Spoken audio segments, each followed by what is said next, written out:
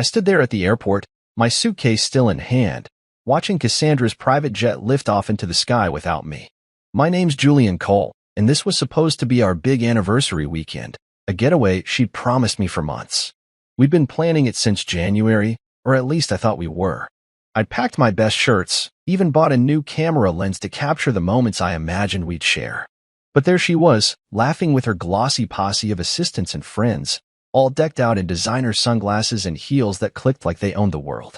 "This is a girl's trip now," she'd said, tossing me that smirk of hers, the one that always made me feel like I was the punchline to a joke I didn't get. I could have yelled, could have made a scene right there in the terminal, but I didn't. I'm not the begging type. Her laughter echoed in my head as I turned on my heel and walked straight to the first-class desk. The lady behind the counter barely blinked when I asked for the next flight to Paris. I had the miles, the cash, and a sudden fire in my gut telling me I didn't need Cassandra's permission to live my life. Within an hour, I was buckled into a plush seat, sipping a coffee as the plane taxied down the runway. I wasn't chasing her. I was leaving her behind. 10 minutes after her jet took off, I knew she'd get the email. I'd scheduled it earlier that morning, right after she ditched me. It was from our shared legal advisor, a little automated surprise I'd set up with a few clicks. Subject line, preliminary separation agreement. I could picture her face, those perfectly arched brows shooting up, her lips parting in that silent gasp she does when she's caught off guard. She'd be 30,000 feet in the air, surrounded by her giggling crew, and suddenly pale as a ghost. Good. Let her squirm. By the time my plane touched down in Paris, my phone was already buzzing like a beehive. I didn't even check it, just let it vibrate in my pocket as I stepped into the warm, bustling chaos of Charles de Gaulle. 155 messages, I'd find out later. 155 little pleas, rants, and apologies she'd typed out while I was sipping wine over the Atlantic. But right then, I didn't care. I was in Paris, and for once, it wasn't about her. It was about me. I grabbed my bag, adjusted my jacket, and walked out into the city that was about to change everything. The air smelled like fresh bread and freedom, and I wasn't looking back. Cassandra could keep her jet, her entourage, her smirks. I had a ticket to something better, and I wasn't waiting for her to sign off on it. This was my runway now, and I was taking off. I settled into my first-class seat, the hum of the plane's engines vibrating through me as we climbed higher over the Atlantic. My name's Julian Cole, and for the first time in years, I wasn't flying to keep up with Cassandra's schedule or to play the part of her arm candy husband at some glitzy event. This was my flight, my choice, and it felt damn good. The flight attendant handed me a glass of champagne, and I watched the bubbles rise and pop, each one disappearing like the promises Cassandra had made over the years. We'd started out as partners, equals, I thought, building her luxury tech brand from late-night brainstorming sessions in our cramped apartment. Back then, it was our dream. But somewhere along the way, it became hers. I turned into the guy holding her purse at red carpet galas, smiling for the cameras while she dazzled the world. "Julian, you're so good at being there for me," she'd say, like it was a compliment. I'd nod, play along, let her shine. But now, staring out at the endless stretch of clouds, I saw it for what it was. I'd been erased, reduced to a prop in her perfect little production. The champagne tasted sharp, bitter even, but I drank it anyway. I reached into my carry-on and pulled out the leather-bound journal she'd given me last Christmas. It was one of those expensive gifts she loved, beautiful, thoughtful on the surface, but empty inside. She hadn't even bothered to write a note in it. Typical. I flipped it open, the blank pages staring back at me like a challenge. My pen hovered for a second, then I pressed it to the paper and wrote the first words that felt like they belonged to me. Julian's Paris. Not hers. It wasn't poetry, but it was mine. And that was enough. I leaned back, letting the words sink in. Paris wasn't just a destination now, it was a declaration. I wasn't going to trail after her anymore, wasn't going to wait for her to throw me a scrap of attention. This trip was about me figuring out who I was when I wasn't Cassandra Blake's +1. The plane rocked gently, and I started planning. I'd land in a few hours, check into a hotel, nothing like the over-the-top places she'd pick, and just walk. No itinerary, no press calls, no one telling me where to stand or what to say. I'd wander the streets, eat whatever smelled good, maybe dust off my camera and take some pictures for myself, not for her Instagram. The thought made me smile, a real one, not the practice grin I'd worn for years. I glanced at the journal again, tracing the words with my finger. Julian's Paris. It sounded like freedom. I didn't know what I'd find there. Maybe a cafe with strong coffee. Maybe a quiet corner to think. Maybe even someone who'd see me, not her shadow. The idea of not being alone for long flickered in my mind, but I pushed it aside. This wasn't about replacing her. It was about reclaiming me. The flight attendant came by again, offering a warm towel, and I took it, wiping my hands like I could scrub off the last decade of playing second fiddle. Outside, the sky was turning pink and gold, the sun dipping below the horizon. I didn't check my phone, didn't want to see her messages yet. Let her stew, let her wonder where I'd gone. For once, I wasn't the one waiting. I closed the journal, tucked it back into my bag, and finished the champagne. The plane leveled out, steady and sure, carrying me toward a city I'd always loved but never truly explored on my own terms. I didn't need her jet, her plans, her approval. I had a seat, a pen, and a clean slate. Paris was waiting, and I was ready to meet it, not as Cassandra's husband, but as Julian. Just Julian. The guy who'd finally stopped ghosting himself. I stepped off the plane at Charles de Gaulle, my legs stiff from the flight, but my mind buzzing with something I hadn't felt in years, possibility. My name's Julian Cole, and I was in Paris, not because Cassandra dragged me here for some photo op, but because I'd chosen it. The airport was a blur of voices, French, English, a dozen other languages mixing together, and I moved through it like a man waking up from a long sleep. I grabbed my bag from the carousel, slung it over my shoulder, and headed for the exit, ready to breathe in the city. But before I could get far, a voice called out, smooth and familiar. Julian Cole, as I live and breathe. I turned, and there he was, Marco Levant, leaning against a pillar with that easy grin of his. Marco was one of Cassandra's old investors, a sharp guy with a knack for turning a profit and a reputation for not taking her crap. He pulled out of her company a couple years back, something about creative differences, and now he was her biggest rival in the tech game. Marco, I said, shaking his hand. What are you doing here? He chuckled, adjusting the cuff of his tailored jacket. Same as you, I'd guessed getting out from under her thumb. I heard about the airport stunt. Classy move, by the way. I smirked, not sure how he knew already, but Marco always had his ear to the ground. Yeah, well, I wasn't about to cry over it. He nodded, like he'd expected nothing less. Good. You're not the only one she's tried to cut out, you know. She uninvited me from her little summit this weekend. Thought I'd crash it anyway.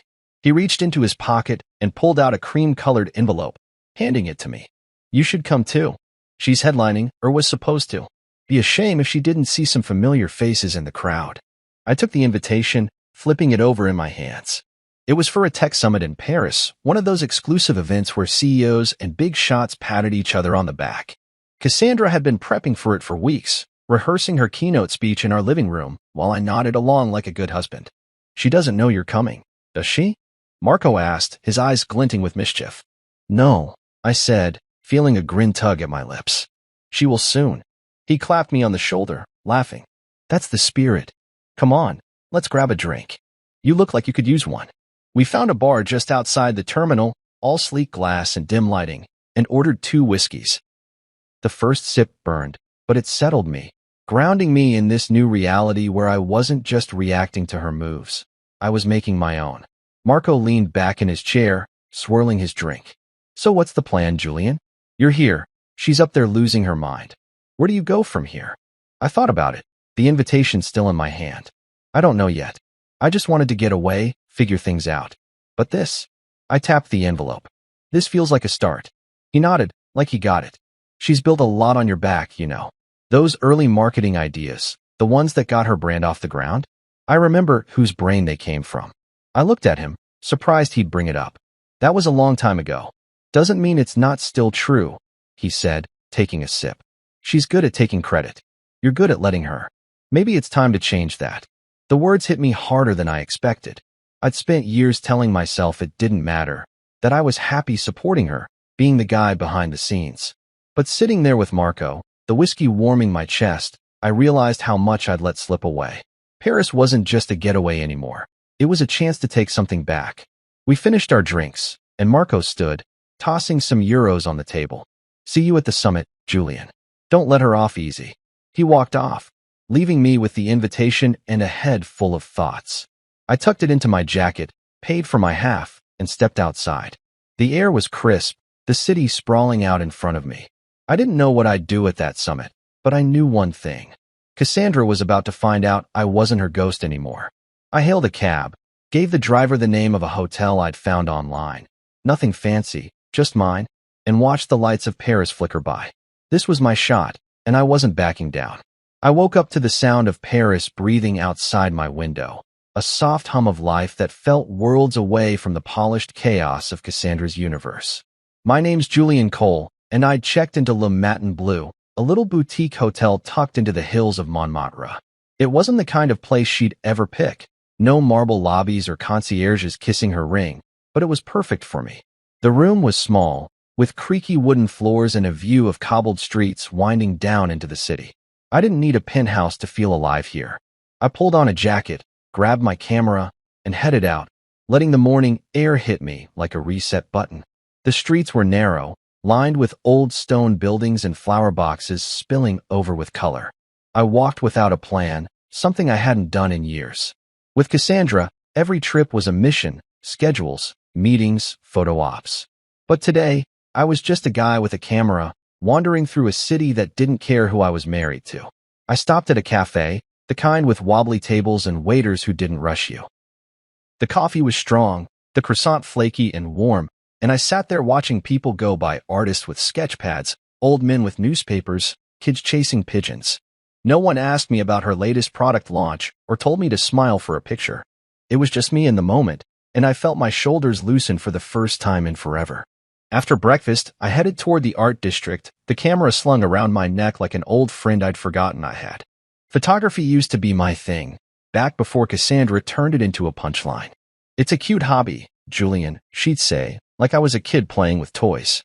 I'd stopped bringing it up, stopped carrying the camera unless she needed a shot for her feed. But here, in Paris, I lifted it to my eye and started snapping street corners, cracked walls, a woman selling flowers from a cart. The world looked different through the lens, sharper, like I could hold onto it instead of letting it slip through my fingers. A couple of locals noticed, an older guy with a beret and a woman with a scarf tied just so. "You're a photographer?" the guy asked, his English rough but friendly.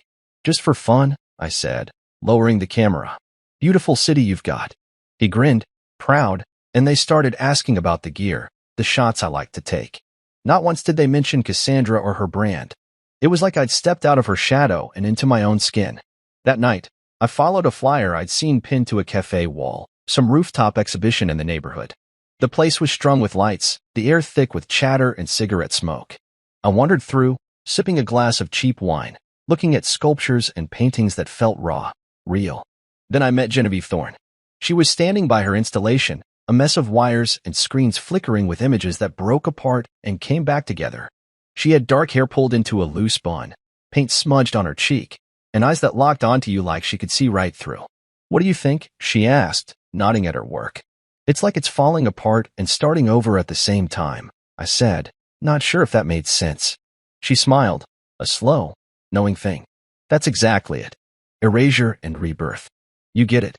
We talked for a while, her voice soft but steady. She told me about the piece, how it was about shedding old versions of yourself to find what's underneath.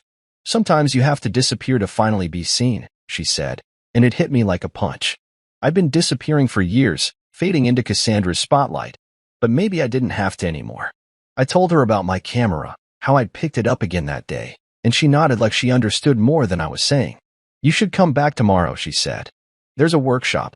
Bring your photos."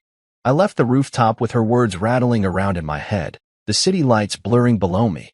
Montmartre felt like a liberation, every step pulling me further from the guy I'd been. I didn't need Cassandra's approval or her private jets. I had a camera, a coffee-stained map, and a stranger's invitation to keep going. Paris was mine now, and I wasn't letting it go. I got back to Le Matin Bleu after that rooftop exhibition, my head still spinning from Genevieve's words and the way Paris had started to feel like mine. My name's Julian Cole, and I'd been running on adrenaline all day, walking the streets, snapping photos, talking to people who didn't know me as Cassandra's husband. The hotel room was quiet, just the soft creak of the floorboards and the distant hum of the city outside. I tossed my jacket on the chair, kicked off my shoes, and sank onto the bed, staring at the ceiling. My phone sat on the nightstand, dark and silent. I hadn't turned it on since the airport, hadn't wanted to deal with whatever Cassandra was throwing at me. But something pulled at me now, curiosity, maybe or just the need to see how far she'd unraveled. I picked it up, pressed the power button, and waited as it buzzed to life. The screen lit up, and there it was, 155 messages. A wall of notifications, all from her. I scrolled through, not opening them yet, just watching the previews stack up like a train wreck I couldn't look away from. The first few were smug, classic Cassandra. Still at the airport? One read. You're being dramatic, said another. I could hear her voice in my head, that sharp little laugh she'd let out when she thought she'd won. She probably sent those right after her jet took off, sipping champagne with her crew, thinking I'd just sit there and wait for her to come back. By message 20, the tone shifted. Where are you? She'd written, no smirk in that one. Then, a few later, Julian, answer me. I kept scrolling, the words blurring together. By 45, she was pissed. What the hell did you do? That must have been when the email hit, our legal advisor's little gift about the separation.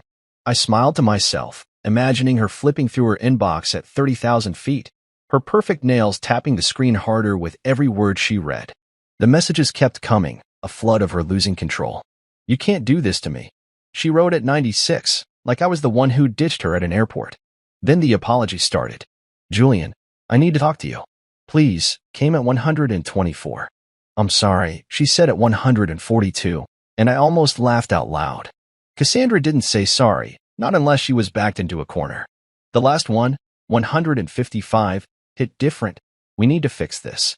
No demands, no snark, just a plea. I stared at it for a long minute, the screen glowing in the dim room. My thumb hovered over the reply button, but I didn't press it. What was there to say? She'd left me standing there, laughed about it, and now she was scrambling because I'd finally stopped playing her game. I turned the phone off, the screen going black again, and set it back on the nightstand. Let her wonder.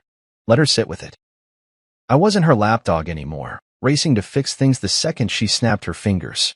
I got up, walked to the window, and pushed it open, letting the cool night air roll in. Paris stretched out below me, all twinkling lights and quiet streets, and I felt something settle in my chest, peace, maybe, or power. She could send 1,000 messages, and it wouldn't change a thing. I was here, living my life, while she was up there, spiraling in her private jet bubble. I grabbed my camera from the table, flipping through the shots I'd taken that day, the flower cart, the cracked wall, the old guy in the beret. They weren't perfect, but they were mine, and that felt better than any staged photo I'd ever taken for her. I thought about Genevieve's workshop tomorrow, how she talked about erasure and rebirth. Maybe that's what this was, me wiping the slate clean, letting Cassandra's avalanche of texts bury the guy I used to be. I didn't owe her an answer, didn't owe her my time. She'd figure out soon enough that I wasn't coming back to beg. I climbed into bed, the sheets cool against my skin, and closed my eyes. The phone stayed off, the messages unread. For the first time in years, I fell asleep without her voice in my head, just the sound of Paris whispering me into tomorrow.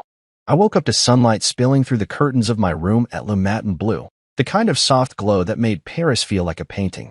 My name's Julian Cole, and for once, I wasn't jolted awake by Cassandra's voice barking orders or her phone blaring with notifications. It was just me, the quiet, and a day I got to shape. I stretched, feeling the ache in my legs from yesterday's wandering, and smiled. Today was Genevieve's workshop, and I was ready to see where it took me.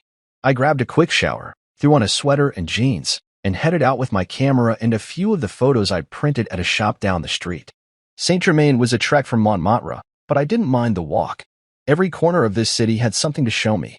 The streets were alive with people, the air thick with the smell of bread and coffee. I stopped at a stall for a pain au chocolate, eating it as I went, crumbs falling onto my jacket. By the time I reached the workshop, a little studio tucked above a bookstore, I felt like I'd already lived a full morning. Genevieve was there, setting up screens and cables, her hands moving fast but sure. You made it, she said, glancing up with that half-smile of hers. Brought your soul to shred? I laughed, holding up my camera. Something like that. She waved me in, and I joined a handful of others, artists, mostly, with paint-stained fingers and quiet energy.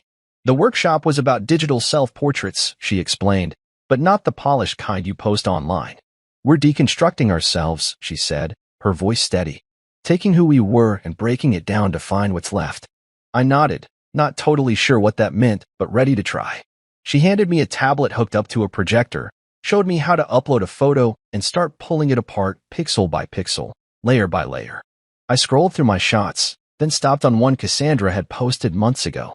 It was us at some gala, her in a glittering dress, me half cropped out of the frame, smiling like an afterthought. She'd captioned it something about power couples, but I'd always hated how it looked, like I was barely there. I uploaded it, and the image flashed onto the screen, bigger than life. Genevieve leaned over. That's a good one to start with. What do you want to do with it? I didn't even think. Get rid of her. She grinned, showing me how to drag a tool across the screen, erasing Cassandra bit by bit. Her dress dissolved, her face blurred into nothing, until all that was left was me, half a figure, awkward and incomplete. But I wasn't done. I kept going, breaking down the edges, the background, the fake smile I'd worn that night. The pixels scattered like dust, and I rebuilt it, pulling my silhouette into the center, filling it out with lines and shadows from the Paris shots I'd taken. The gala faded, replaced by cobblestones and streetlights, until it was just me, standing whole. The room was quiet, everyone lost in their own work, but I felt Genevieve watching. That's you, she said, nodding at the screen. Not whoever you were pretending to be. I looked at it, my shape, my city, no trace of her. Yeah, I said, my voice low. I think it is. We spent hours there, tweaking and tearing apart, the air buzzing with this strange mix of focus and release. I didn't just stop at that one.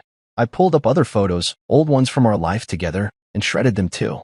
A beach trip where she'd made me hold her bag, a dinner where I'd been stuck taking pictures of her food, gone.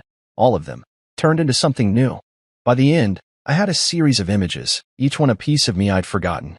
Genevieve walked over as I saved the last one. You just published your first piece of emotional honesty, she said, her eyes steady on mine. Feels good, doesn't it? I nodded, not trusting my voice. It did feel good, better than good. It was like I'd clawed something back, something she'd buried under years of her spotlight. I left the studio as the sun dipped low, the tablet under my arm, and those images burned into my head. Paris glowed around me, all golden and alive, and I walked back to the hotel with a lightness I hadn't known I could feel. Cassandra's world didn't own me anymore. I was undoing it, piece by piece, and building something real in its place. I stepped out of the cab into the cool Paris evening, the lights of the summit venue glowing ahead like a beacon. My name's Julian Cole, and tonight wasn't about hiding anymore. It was about showing up. Marco had invited me to this dinner, the one Cassandra was supposed to host, and I'd said yes without a second thought. The invitation was still in my pocket, creased from being handled all day, but it felt like a ticket to something bigger than just a meal.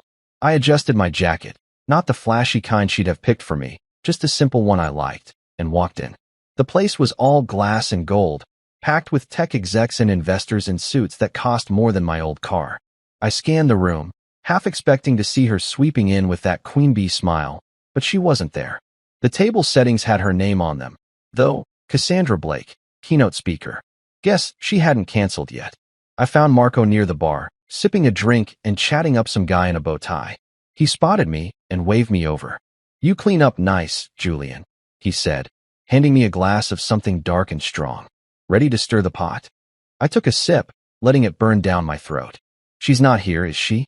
He shook his head, smirking. Not yet. Word is she's been off the grid since that email hit. Her team's scrambling. Before I could ask more, someone grabbed my arm. Lily Monroe, Cassandra's executive assistant. She was all nerves, her blonde hair slipping out of its neat bun. Julian, thank God, she whispered, pulling me aside. She's been spiraling since that legal thing dropped. She hasn't told anyone why she's not here tonight. I raised an eyebrow, keeping my voice steady. That's her mess to explain, Lily. Not mine. She blinked, like she hadn't expected that. You're not worried? No, I said, smiling just enough to throw her off. Let her tell her story. I'm telling mine. Lily stared at me, then nodded slowly, backing off as the crowd started moving toward the tables. I found my seat. Marco had made sure I wasn't stuck in the back, and settled in, the buzz of the room washing over me. The keynote was about to start, some stand-in guy fumbling through notes, when the MC stepped up instead. Ladies and gentlemen, he said, voice booming. Before we begin, let's acknowledge someone in the room. Julian Cole, the man behind the original marketing concept Cassandra Blake built her empire on, without credit. The air went still. Heads turned, eyes landing on me. I froze for a second, the glass halfway to my lips, then set it down as the gasps rippled through the crowd. Marco leaned over, grinning. Told you I'd stir the pot. Silence hung heavy, then someone clapped, slow at first, then faster, until the room broke into applause. I stood, nodding, not sure what else to do. The MC kept going, talking about innovation and unsung heroes, but I barely heard it. My heart was pounding, not from nerves, but from something else, relief, maybe, or vindication. For years, I'd let her take the credit, told myself it didn't matter as long as the company thrived. But it did matter. And now everyone knew it. The dinner rolled on, plates clinking, voices rising, but I felt like I was floating above it. People came up after, shaking my hand, asking questions about those early days. You're the real deal, one guy said, a tech blogger I recognized. She never mentioned you. She didn't have to, I said, keeping it light. I was there anyway. Marco caught up with me later as the crowd thinned. You handled that like a pro. She's going to hate this. Good, I said, meaning it. Let her. We stepped outside, the night air sharp against my skin. I didn't need her here to feel the weight of this moment. The applause still echoed in my head, not just for what I'd done, but for what I was doing now, standing up, stepping out. Lily's words stuck with me, though. Spiraling. Part of me wondered what Cassandra was doing right then, pacing some hotel room, yelling at her phone, trying to spin this. But I didn't linger on it. This dinner, this night, it didn't need her. I'd walked in alone and walked out taller. Paris had given me that, and I wasn't giving it back. I walked along the Seine the next evening, the water reflecting the city lights like a mirror cracked with gold. My name's Julian Cole, and I was still riding the high from that summit dinner, those gasps, that applause, the way people looked at me like I was someone worth seeing. It was a rush, but it didn't erase the quiet itch in my chest. Cassandra had texted again that morning, one line cutting through the noise of the last few days. Let's meet. No press. Just us. I'd stared at it over coffee, the steam curling up from my cup, and against my better judgment, I typed back. Fine. Café Lumière. 7 p.m. Now here I was, heading to meet her, not sure what I wanted out of it, but knowing it was time to face her. The cafe was small, tucked off a side street, with round tables spilling onto the pavement. I got there early, ordered a glass of red wine, and sat outside, watching the river flow. She showed up 10 minutes late, typical, her heels clicking like a warning shot. She wore sunglasses even though the sun was long gone, her face unreadable behind them. She slid into the chair across from me, setting her bag down with that careful grace she'd perfected. You embarrassed me, she said. No hello. No soft start. Her voice was tight, like she'd been holding it in too long. I took a sip of wine, letting her words hang there for a second. No, I said, setting the glass down. You exposed yourself. I just stopped covering for you. She pulled off the sunglasses, her eyes sharp and tired at the same time. That email, Julian. The summit. What are you trying to do? Ruin me? I leaned back, keeping my voice even. I'm not trying to do anything to you. I'm done playing your game, that's all. You left me at the airport, laughed about it. Did you think I'd just take it? She flinched, just a flicker, but I caught it. It was a mistake, she said, softer now. I got caught up with the girls, the trip. It wasn't supposed to be like that. But it was, I said. And it's been like that for years. Me waiting. You deciding. I'm not your prop anymore, Cassandra. She stared at me, her fingers tapping the table, that nervous habit she hated admitting she had. So what? You're just walking away? After everything we built? You built it, I said, and it felt good to say it out loud. I helped, sure. Gave you ideas. Held you up. But you took the credit, the control, and left me in the background. I'm not asking for a medal. I'm just done pretending it's enough. Her jaw tightened, but she didn't argue. Maybe she couldn't. Let's talk settlements, then, she said, switching gears like she always did when she lost ground. We can figure this out, keep it clean. I reached into my pocket, pulled out a card, Catherine's, my lawyer, and slid it across the table. Everything goes through her now. We're done here. She looked at the card, then back at me, her mouth opening like she wanted to fight, but I was already standing. Julian, wait, she started. But I didn't. I left her sitting there, the wine untouched, the card glaring up at her.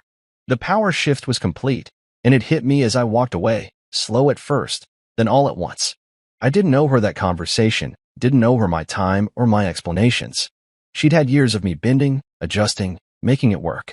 Not anymore. I crossed the street, the Seine stretching out beside me, and felt the weight lift. This wasn't her choice anymore, it was mine, and I'd made it. I kept walking, the city folding around me like a friend. Paris had given me a voice, a spine, and I wasn't handing them back. She could sit there all night, plotting her next move, but it wouldn't change a thing. I was free, not just from her, but from the version of me I'd let her shape. The river flowed on, steady and sure, and I matched its pace, my steps lighter than they'd been in years. I woke up the next morning with the sun sneaking through the blinds of my room at Le Matin Bleu, a quiet energy buzzing in my chest. My name's Julian Cole, and after last night, leaving Cassandra at that cafe table, her voice fading behind me, I felt like I'd finally cut the last thread tying me to her world. I didn't check my phone, didn't care if she texted again. Today wasn't about her. It was about me, and I had an idea brewing. I grabbed a coffee from the hotel's little kitchen, the bitter taste waking me up as I sat by the window, watching Montmartre stretch awake. The streets below were already moving, vendors setting up, people shuffling to work, and I thought about those photos I'd taken, the ones I'd reworked with Genevieve. They weren't just pictures anymore. They were pieces of me, raw and real. What if I showed them? Not to Cassandra, not to prove a point, but for myself. I pulled out my notebook, scribbling down thoughts. Gallery, exhibit, Paris. By the time I finished my coffee, I had a plan. I called Genevieve, catching her just as she was heading out. "Hey, it's Julian," I said, pacing the room. "You know anything about renting gallery space?" She laughed, that easy sound that made everything feel possible. "You're serious?" "Yeah, I know a spot near Le Marais. Small, but it's got character." "What are you thinking?" "An exhibit," I said, the words solidifying as I spoke. "Those portraits I did at the workshop, plus the street shots from this week. I want to put them up." She didn't hesitate. "I'm in. Meet me there in an hour." I hung up, grabbed my camera and the printed photos, and headed out. Le Marais was a maze of narrow streets and old buildings, alive with galleries and cafes. The space Genevieve found was perfect. White walls, worn wooden floors, a big window letting in light. The owner, a gruff guy named Pierre, agreed to a short rental, muttering about crazy artists, but handing me the keys. Genevieve showed up with a toolbox and a grin, and we got to work. We hung the photos, my silhouette against Paris streets, the fragmented gala shot, the flower cart lady mid-laugh. I called it Uncropped, a name that felt right, like I was finally stepping into the frame. We worked all day, adjusting frames, tweaking the layout, until it looked like something real. By the next afternoon, we opened it up, nothing fancy, just a sign out front and word of mouth. People trickled in, locals mostly, then some tourists, their voices bouncing off the walls as they looked at my work. I stood back, watching them linger, point talk. A woman in a red coat bought the flower cart shot, saying it reminded her of her grandmother. A guy with a beard asked about the tech behind the digital pieces. It wasn't a mob, but it was enough. 2 days later, every print was sold. I couldn't stop smiling. Marco dropped by that second night, his suit sharp as ever. "Congratulations," he said, handing me a beer from a nearby bar. "You're a hit. By the way, she's been trying to buy back your shares in the company." I told her too late. I laughed, clinking my bottle against his. "She can keep scrambling. I'm good here." He nodded, looking around. "This is you, Julian. Not her shadow. You should see her face when she hears about this." I didn't need to. I could picture it, those perfect brows furrowing, her lips pressing tight. But it didn't matter anymore. The gallery was mine, the photos were mine, and the people who'd bought them saw me, not her. Genevieve joined us, her paint-splattered jeans a contrast to Marco's polish. "You did it," she said, nudging me. "Told you there was something honest in there." "Couldn't have without you," I said, meaning it. She shrugged, but her eyes said she got it. We stood there, the three of us, as the last visitors left, the space quiet again. I looked at those empty walls, the sold tags still pinned up, and felt full not just of pride, but of something I'd lost along the way. This was my passport to the real me, stamped and signed in Paris. I didn't need Cassandra's approval or her empire. I had this, and it was enough. I woke up on my last day in Paris with the kind of quiet that sneaks in after a storm, soft, steady, and mine. My name's Julian Cole, and I'd spent the week rewriting myself, step by step, photo by photo, until I wasn't just Cassandra's husband anymore. The room at Le Matin Bleu felt smaller now, like I'd outgrown it. My bags half-packed by the window. I didn't know where I'd go next, back home, maybe, or somewhere new, but I knew I wasn't the same guy who'd landed here. I grabbed my phone off the nightstand, the screen lighting up with one new message. It was from her, sent just after midnight. Do you still love me? I stared at it, the words sharp against the soft morning light. Cassandra, always cutting to the core when she was desperate. I could see her typing it, probably alone in some hotel suite, her nails clicking on the screen, waiting for me to cave like I always had. My thumb hovered over the reply button, a dozen old habits tugging at me. Say yes, smooth it over, give her something to hold on to. But I didn't. I pressed delete, the message vanishing like it had never been there, and set the phone down. No response, no punctuation, just peace. I didn't owe her an answer anymore. I got up, pulled on a sweater, and headed out, the city calling me one last time. The streets of Montmartre were waking up, bakers hauling trays, kids laughing on their way to school, and I walked with no rush, letting it all sink in. Paris had given me more than I'd expected. A camera rediscovered, a gallery sold out, a spine I'd forgotten I had. I ended up at a bookstore cafe near the Seine, a little place with mismatched chairs and shelves packed tight. I ordered a coffee, grabbed a new journal from the rack, plain, no leather, nothing fancy, and sat by the window, the river glinting outside. The pen felt good in my hand, steady, like it belonged there.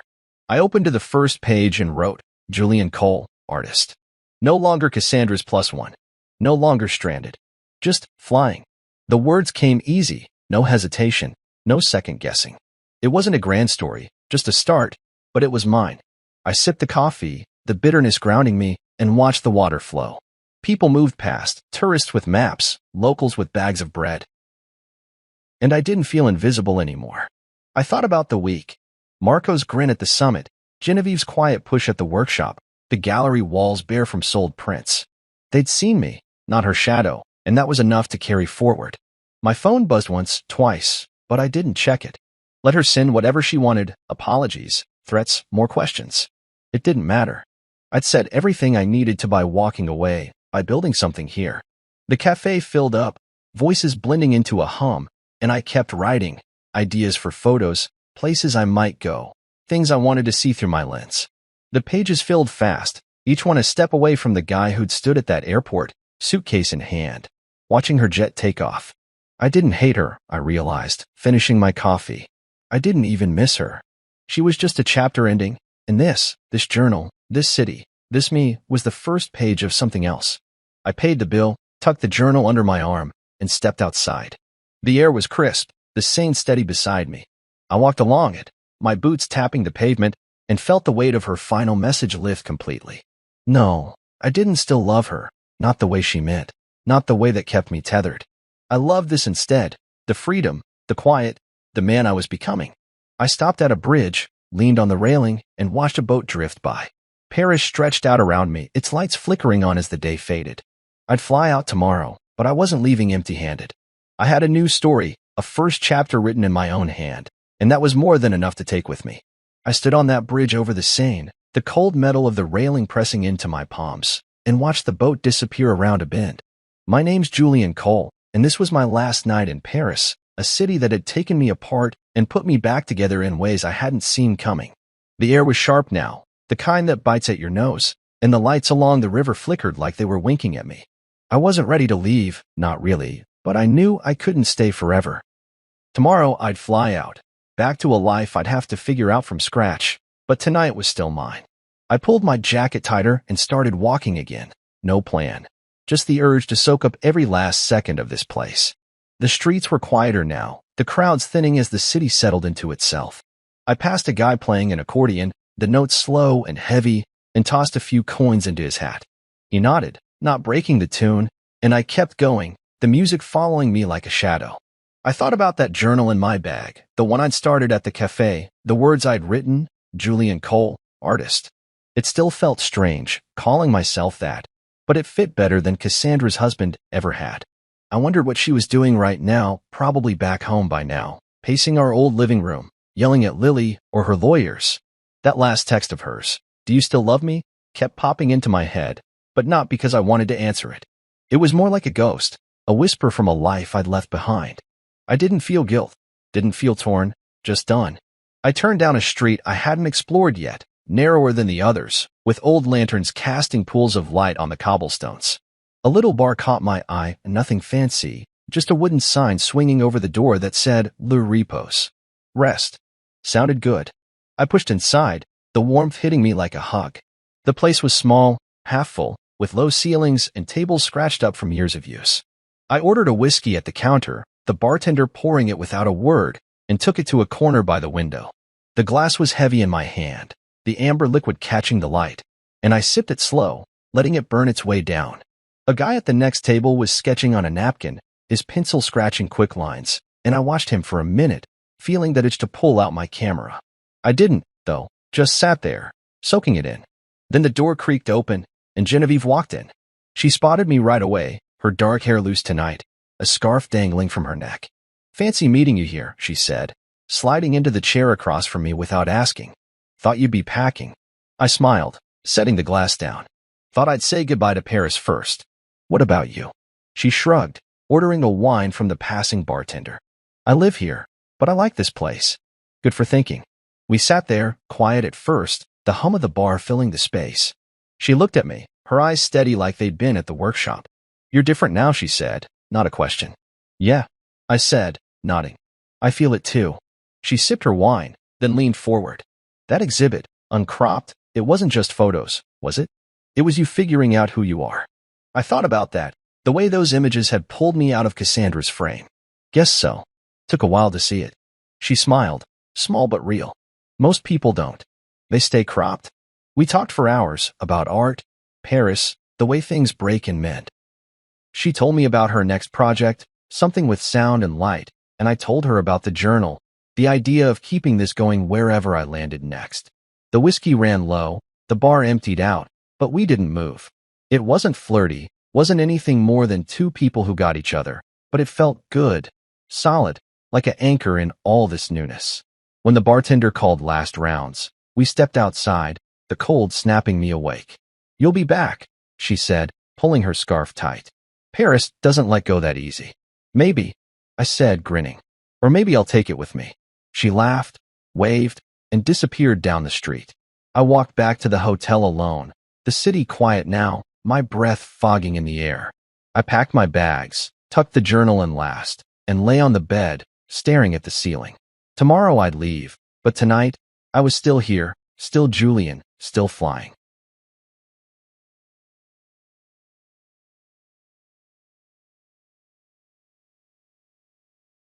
I showed up to my wife's law firm opening party only to see everyone laughing and pointing. "Testrin husband is here." Then my wife handed me an envelope. "The first job of my firm is our divorce, sign and leave." So I walked away, quietly canceled every payment, party, trip, and pulled out my $20 million investment to her firm. Minutes later, my phone lit up with 456 missed calls, and someone showed up at my door. You know what they say about karma? Sometimes she's a patient bitch who takes her sweet time. But tonight, as I'm walking into the Hilton atrium wearing my best Tom Ford suit and a smile that could sell ice to Eskimos, I have no clue that karma's about to clock in for overtime. The place is absolutely buzzing. Crystal chandeliers casting rainbow prisms across marble floors that probably cost more than most people's cars. I can smell success in the air, mixed with overpriced champagne, and that particular brand of arrogance that only comes from lawyers who think they've made it big. The irony? Every damn penny of this extravaganza came from my bank account. I'm Marcus Hale, 42 years old, and I've got that self-made swagger that comes from turning a small tech startup into a multi-million-dollar empire while everyone else was still figuring out how to use email without accidentally hitting reply all. Tonight's supposed to be the grand opening of Hale and Winters LLP, my wife's dream law firm that I've been bankrolling like some kind of legal sugar daddy. As I make my way through the crowd, nodding at faces I recognize from country club dinners and charity galas, I'm actually feeling pretty damn good about myself. This is my moment too, right?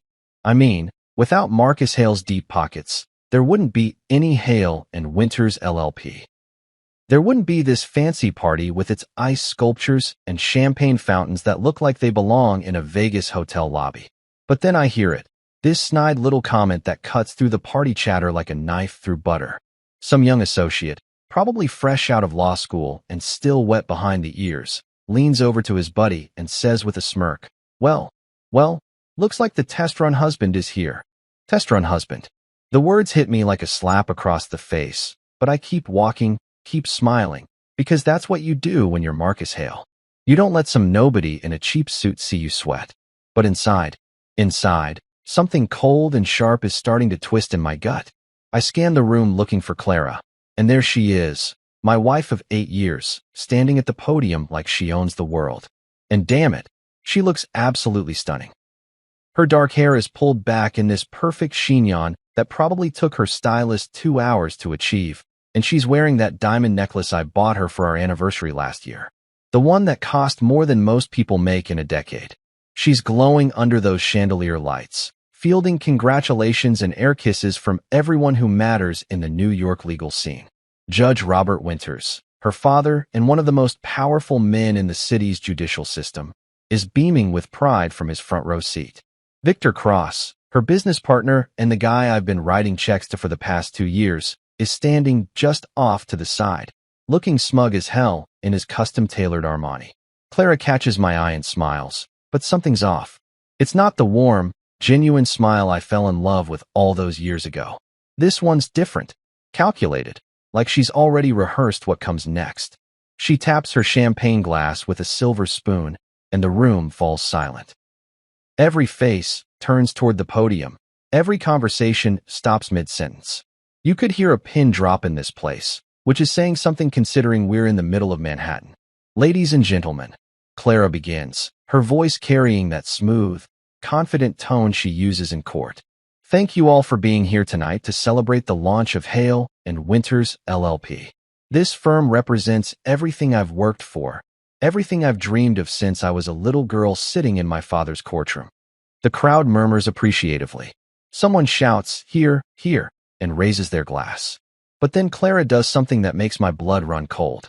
She reaches into her clutch, the same Chanel bag I bought her for Christmas, and pulls out a manila envelope. Plain, unremarkable, the kind of envelope that could contain anything from tax documents to grocery coupons. However, she continues, and I swear the temperature in the room drops about 10 degrees. Before we officially open our doors to serve justice in this city, I have one piece of business to attend to. She walks down from the podium, her heels clicking against the marble floor like a countdown timer. Every step brings her closer to where I'm standing, and every step makes that cold feeling in my stomach spread a little further. The crowd parts like the Red Sea as she approaches. I can feel hundreds of eyes on me, can hear the whispers starting to buzz around the room like angry wasps. Someone's phone camera flashes, then another.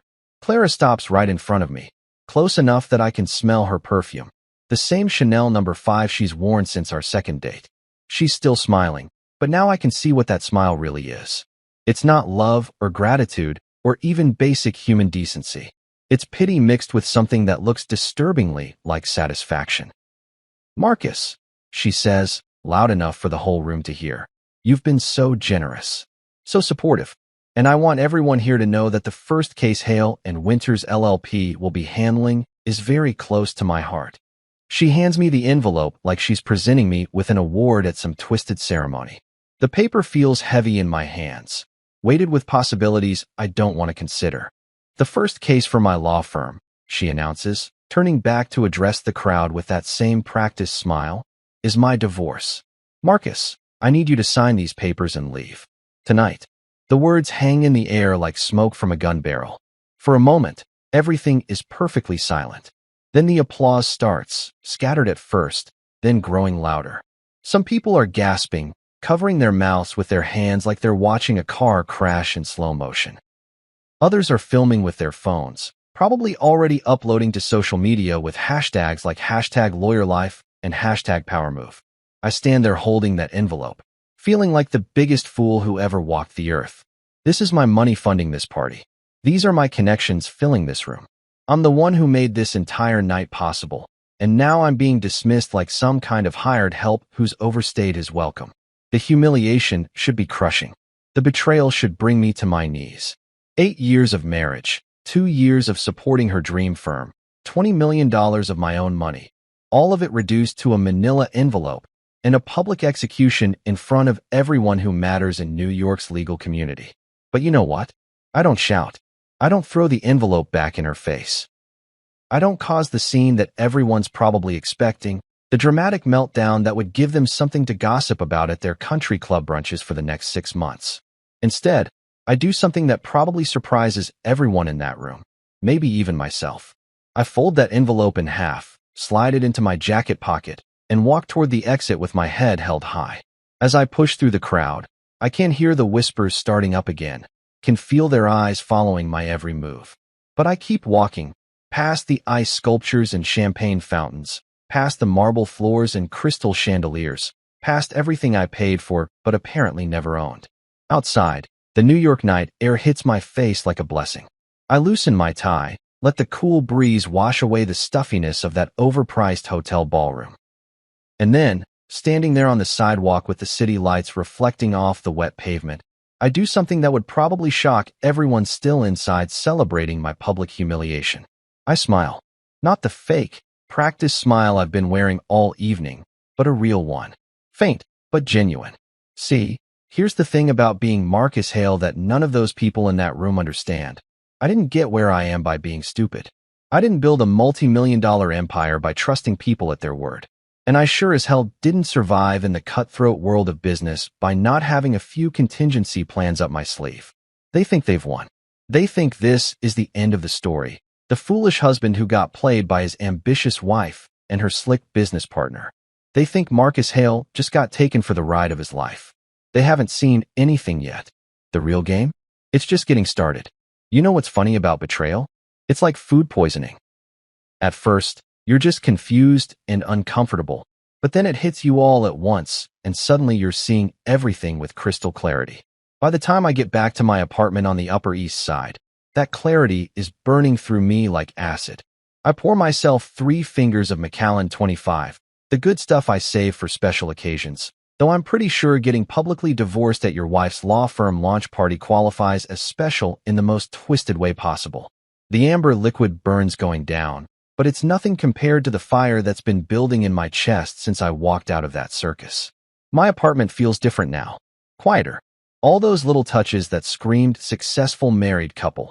The matching throw pillows Clara insisted on. The wedding photos in their expensive frames. The abstract art she picked out because it was investment pieces.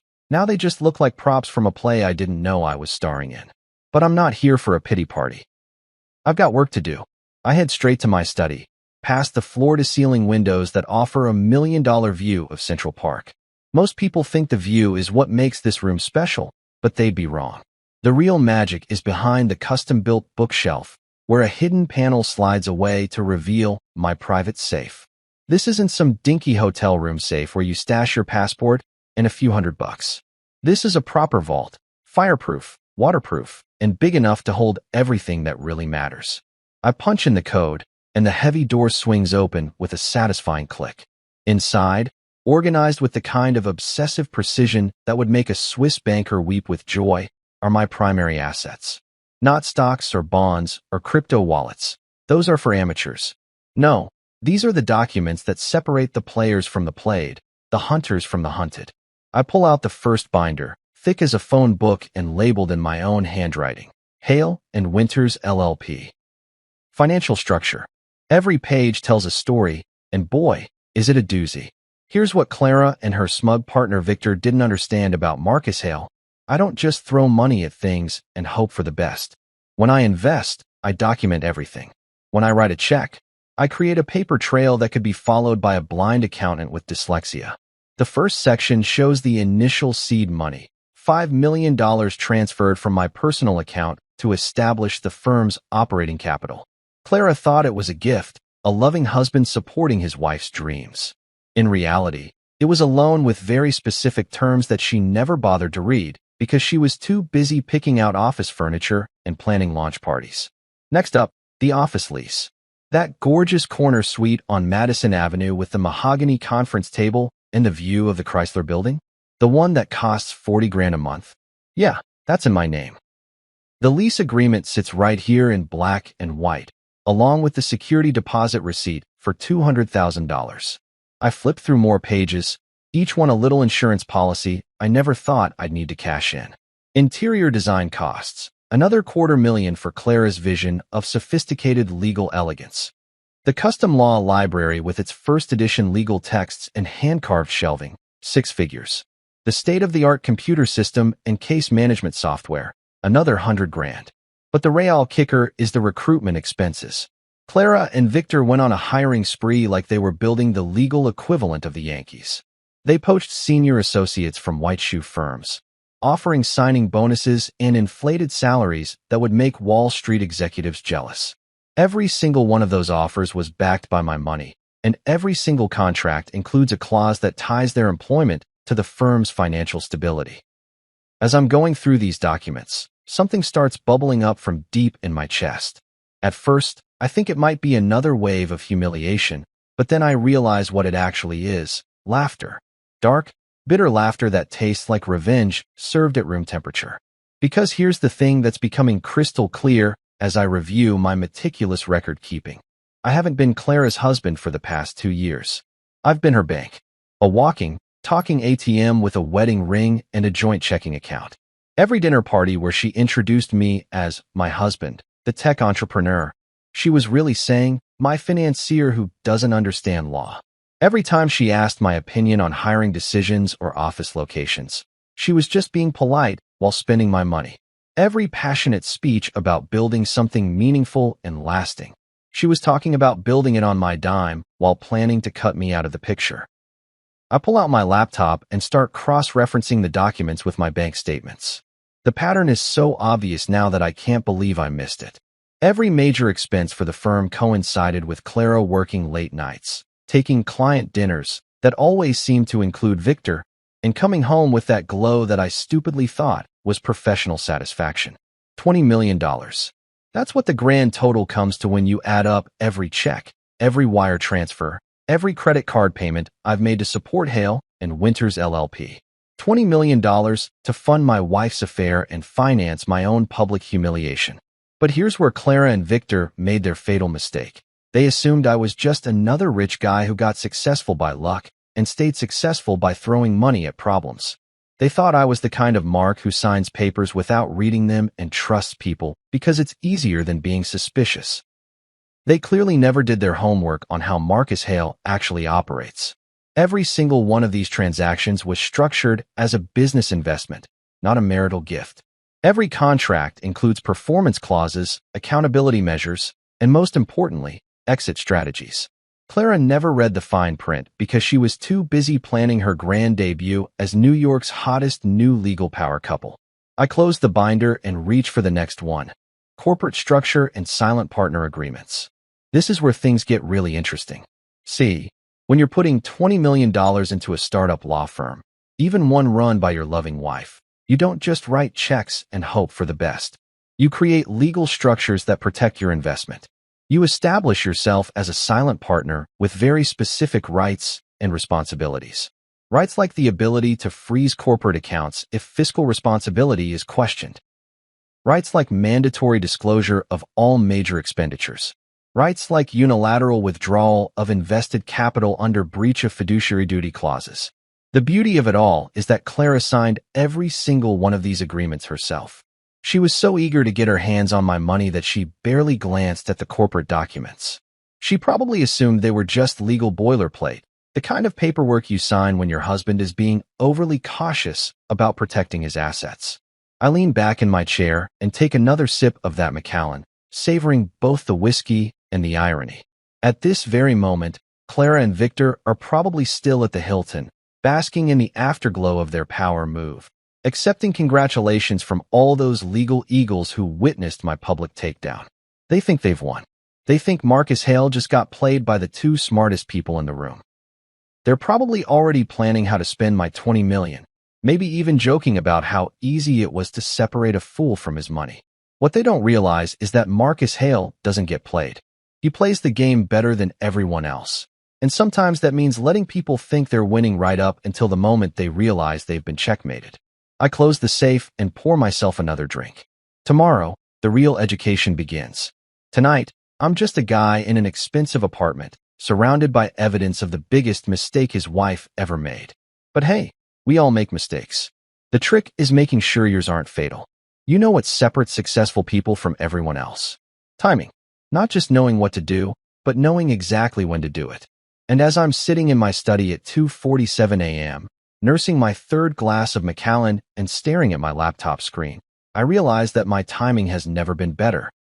The city outside my windows is mostly asleep, but I'm wide awake with the kind of clarity that only comes from having your world turned upside down and finally seeing it right side up. Clara and Victor are probably passed out in some five-star hotel suite right now, drunk on champagne and their own perceived brilliance. They think they've pulled off the heist of the century, stealing $20 million and a law firm from Marcus Hale, while making him look like a fool in front of half of New York's legal establishment.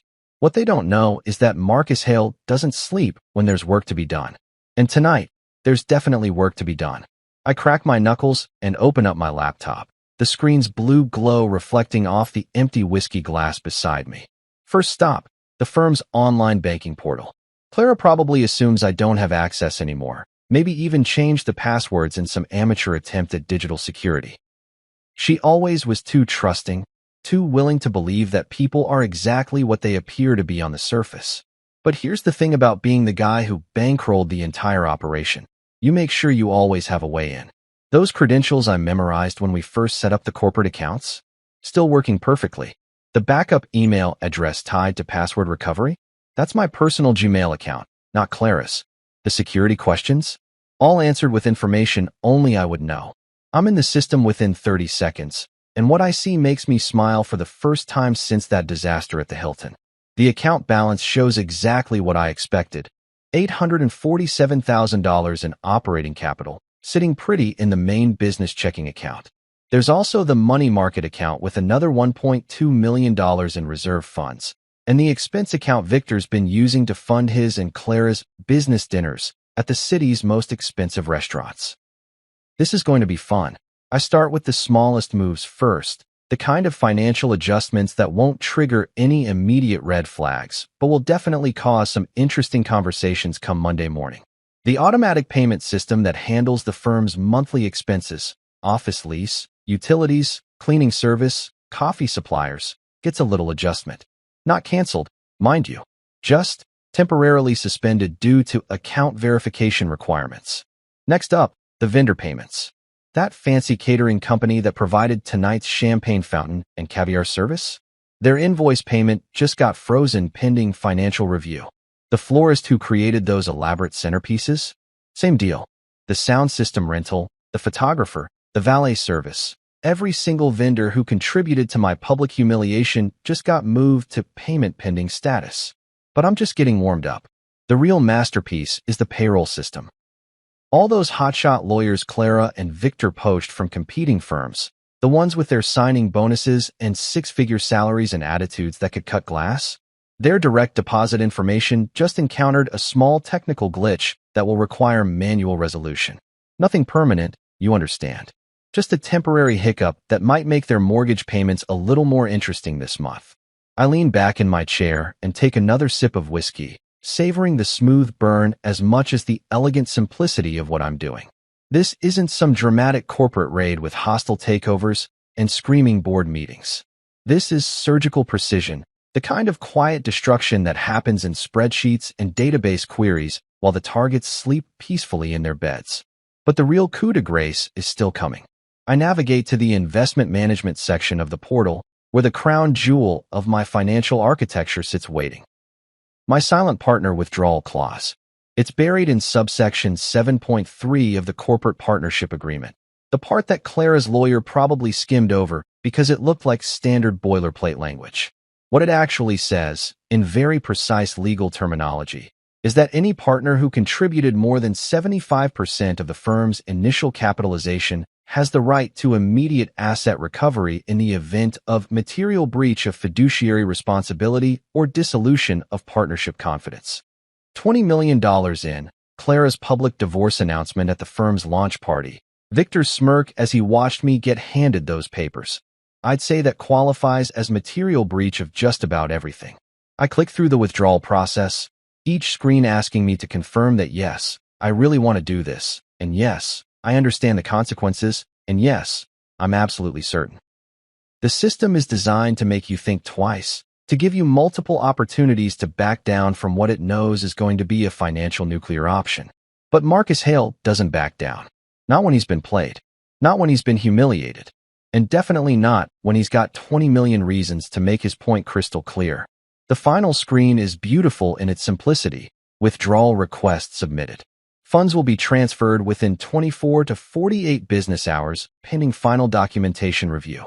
Below that, a number that makes my heart skip a beat, $20 million. $20 million, about to disappear from Hale and Winters LLP's accounts like morning mist in the summer sun.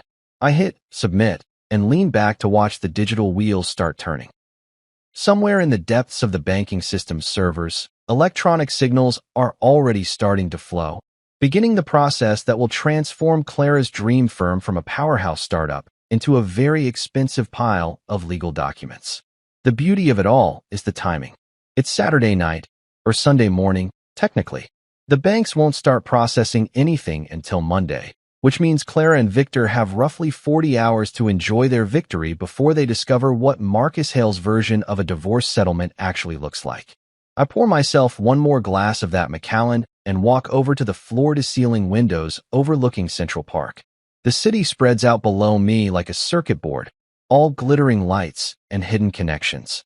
Somewhere out there, Clara is probably sleeping the sleep of the victorious, dreaming about her new life as New York's hottest legal celebrity. What she doesn't know yet is that you can't build a legal empire on someone else's money and then expect them to just walk away when you're done with them. You can't humiliate Marcus Hale in front of half the city's power brokers and assume there won't be consequences. They wanted a scene at that party, some dramatic breakdown they could gossip about over their country club brunches.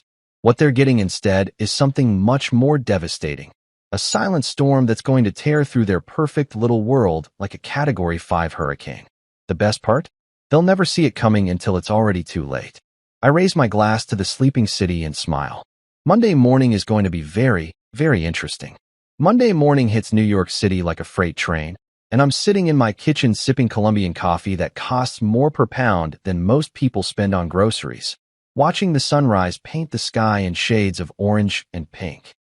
It's shaping up to be a beautiful day, the kind that makes you grateful to be alive and absolutely thrilled to be Marcus Hale. My phone has been buzzing since about 6:30 a.m., lighting up like a Christmas tree with incoming calls, texts, and voicemails. The caller ID reads like a who's who of people who suddenly need to talk to me very, very urgently. Clara, 47 missed calls and counting. Victor Cross, 12 calls, each one probably more desperate than the last, and a parade of board members, investors, and vendors whose names I recognize from the very expensive party they threw on Saturday night. I ignore every single one of them. There's something deeply satisfying about having information that other people desperately need while maintaining complete radio silence. It's like being the only person with an umbrella in a thunderstorm. You can choose who stays dry and who gets soaked to the bone. My doorman's voice crackles through the intercom at exactly 10 a.m., right on schedule. Mr. Hale, sir. There's a young lady here from the law firm. Says it's urgent. Name's Sophie something. Sophie Lang. Clara's assistant, fresh out of college and probably making 30 grand a year to fetch coffee and manage calendars for people who think they're changing the world. Poor kid probably has no idea she's about to become a messenger in the most expensive game of chess New York has seen all year. Send her up, Frank, I tell the intercom, then settle back into my leather chair with my coffee mug and the morning edition of the Wall Street Journal. Nothing quite like reading about other people's financial disasters while orchestrating your own masterpiece. The knock on my door comes exactly 3 minutes later. Soft, hesitant, the kind of knock that says, please don't shoot the messenger. I take my time answering, letting her stew in the hallway for a moment while I finish the article I'm reading about market volatility in emerging tech sectors. When I finally open the door, Sophie Lang looks like she's been through a blender set on Corporate Nightmare. Her usually perfect blonde hair is pulled back in a messy bun. Her makeup is smudged like she's been crying or rubbing her eyes, and she's clutching a manila folder against her chest like it's a life preserver. Mr. Hale, she says, and her voice actually cracks a little. Thank you for seeing me. I know this is irregular. Sophie, right. I step aside and gesture for her to come in. Clara's assistant? Coffee. You look like you could use it. She shakes her head quickly, too wound up to sit still. I can't stay long. The firm is, there's a situation. A big situation. I pour myself a fresh cup and lean against the kitchen counter, watching her with the kind of mild interest you'd show to a particularly entertaining street performer. Oh, what kind of situation? Everything's collapsing. The words tumble out of her like water through a broken dam. The payroll system crashed this morning. Nobody got paid. The vendors are calling nonstop saying their payments were rejected.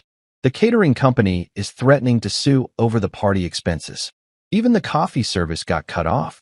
Do you know how lawyers function without coffee, Mr. Hale? I take a slow sip from my mug and make a thoughtful noise. Sounds complicated. The investors are furious, she continues, pacing back and forth in my entryway like a caged animal. Judge Winters has been calling every hour demanding explanations. Victor locked himself in his office and won't come out. And Clara. She stops pacing and looks at me with eyes that are definitely on the verge of tears. Clara says it's all just a computer glitch. Some kind of banking error that will be resolved by end of business today. And what do you think, Sophie? She bites her lower lip, clearly wrestling with whether to speak her mind to the man who just got publicly divorced by her boss. I think, she says carefully, that computer glitches don't usually involve $20 million disappearing from corporate accounts. Smart girl. Smarter than her boss, anyway. I'm not a financial expert, I tell her, setting down my coffee mug and walking over to my desk. But that does sound like more than a glitch. I pull open the top drawer and retrieve a cream-colored envelope, the kind of expensive stationery that screams serious business without having to say a word. Inside are 3 sheets of legal paper covered in my lawyer's precise handwriting. Terms and conditions that Clara is going to absolutely hate, but will have no choice but to consider. I need you to deliver this to Clara, I say, handing Sophie the envelope. Directly to her. Don't give it to Victor, don't leave it with the receptionist, don't put it in her inbox. Hand it to Clara personally and tell her she has exactly 24 hours to respond. Sophie takes the envelope like it might explode in her hands. What's in it? A way out of this mess, I say simply. The only way out, actually. Her eyes search my face, probably looking for some hint of mercy or compassion or basic human decency. What she finds instead is the cold, calculating stare of a man who's done playing games. Mr. Hale, she says quietly, is this about the divorce? Because if it is, maybe we could. Sophie, I interrupt her gently but firmly. This isn't about the divorce. This is about business. $20 million worth of business that your bosses seem to have forgotten belongs to someone. She nods slowly, finally understanding that she's not just delivering a message, she's carrying the terms of surrender from the winning side to the losing side. 24 hours, I repeat. Not a minute more. And Sophie? Make sure Clara understands that this is the only offer she's going to get. The next conversation won't be nearly as pleasant. After she leaves, I walk back to my kitchen window and look out at the city below. Somewhere in a glass tower on Madison Avenue, Clara is probably having the worst Monday of her professional life.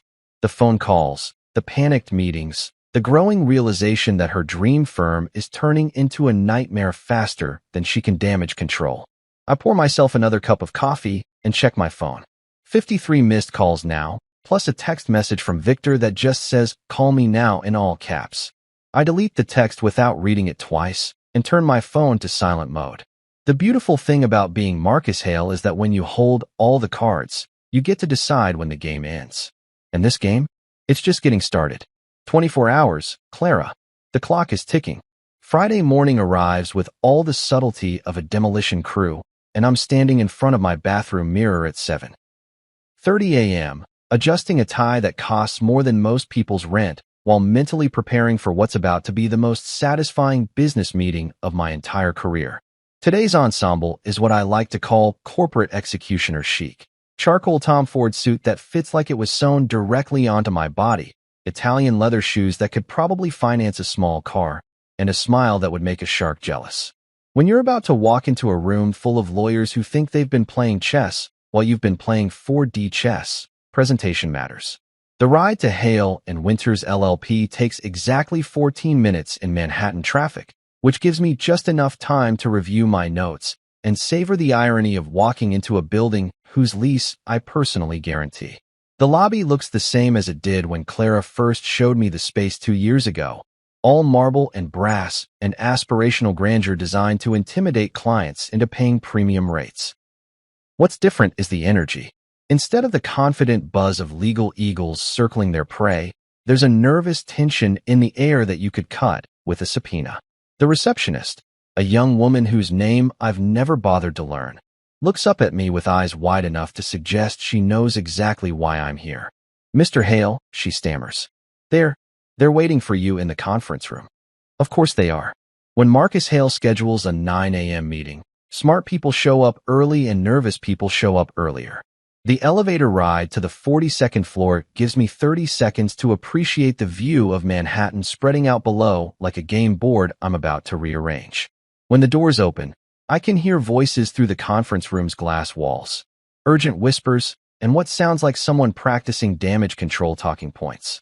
I push through the mahogany doors at exactly 9:00 a.m. because punctuality is just another form of power, and survey the carnage that used to be Clara's dream team.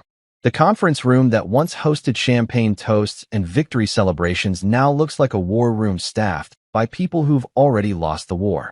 Elaine Porter, the senior counsel who Clara poached from a white shoe firm with promises of partnership and prestige, is sitting at the far end of the table staring at her coffee cup like it might contain answers to questions she's afraid to ask. Two junior associates, whose names I've never bothered to learn, are huddled together near the window, probably calculating how quickly they can update their LinkedIn profiles and start sending out resumes. The firm's accountant, a nervous little man who always looks like he's apologizing for existing, has spreadsheets spread out in front of him like tea leaves he's trying to read for signs of financial salvation. And then there's Clara, sitting at the head of the table in the same chair where she used to hold court during partners' meetings, looking like she hasn't slept since our conversation 3 nights ago. Her usually perfect appearance has been replaced by the kind of frazzled desperation that comes from trying to hold together something that's determined to fall apart. But the most telling detail in the entire room is the empty chair where Victor Cross should be sitting. "Where's your partner?" I ask, settling into the seat directly across from Clara with the kind of casual confidence that says I belong here more than anyone else in the room. "Victor is indisposed," Clara says carefully. "He's been dealing with some personal issues since Monday." Personal issues. That's a polite way of saying nervous breakdown brought on by the sudden realization that he's been screwing around with someone else's wife while spending someone else's money. Word around the legal community is that Victor hasn't left his apartment since Tuesday, surviving on Chinese takeout and what I imagine is a steady diet of panic attacks. "Well," I say, opening my briefcase and pulling out a folder thick enough to choke a horse, "I suppose we'll have to proceed without him." I spread the documents across the mahogany table like a dealer shuffling cards, each page representing another nail in the coffin of Clara's legal empire. Partnership dissolution agreements, asset recovery forms, employment termination notices, and the piece de resistance, a restructuring proposal that would make Gordon Gekko weep with appreciation. As you all know, I begin, addressing the room with the kind of calm authority that comes from holding all the cards. Hale & Winters LLP is currently experiencing what we might charitably call a cash flow problem. Elaine Porter finally looks up from her coffee cup. "Mr. Hale, if this is about the withdrawal of your investment, I'm sure we can work out some kind of payment plan." "This isn't about payment plans, Elaine. This is about fundamental restructuring." I slide a copy of my terms across the table to each person in the room. "These are my conditions for continued operation of this firm." The silence that follows is the kind you get in emergency rooms right before doctors deliver bad news. Everyone's reading, but nobody's speaking, probably because they're all trying to process the magnitude of what they're looking at. "You want Clara to resign as managing partner?" Elaine's voice comes out as barely more than a whisper. "I want Clara to resign from any operational role in this firm." I correct. "She can maintain a position as counsel, but she will have no decision-making authority, no client contact, and no access to firm finances." "And Victor?" asks one of the junior associates. Victor Cross is terminated immediately, with no severance, no references, and a non-compete clause that will keep him from practicing law in New York for the next 5 years. Clara finally speaks up, her voice hollow. "Marcus, you're destroying everything we built." Everything I built. I correct her gently. While you were playing law firm, I was actually running a business. The business that kept this place afloat for 2 years while you and Victor were playing house with my money. I stand up and walk to the window, looking out at the city that Clara once thought she was going to conquer.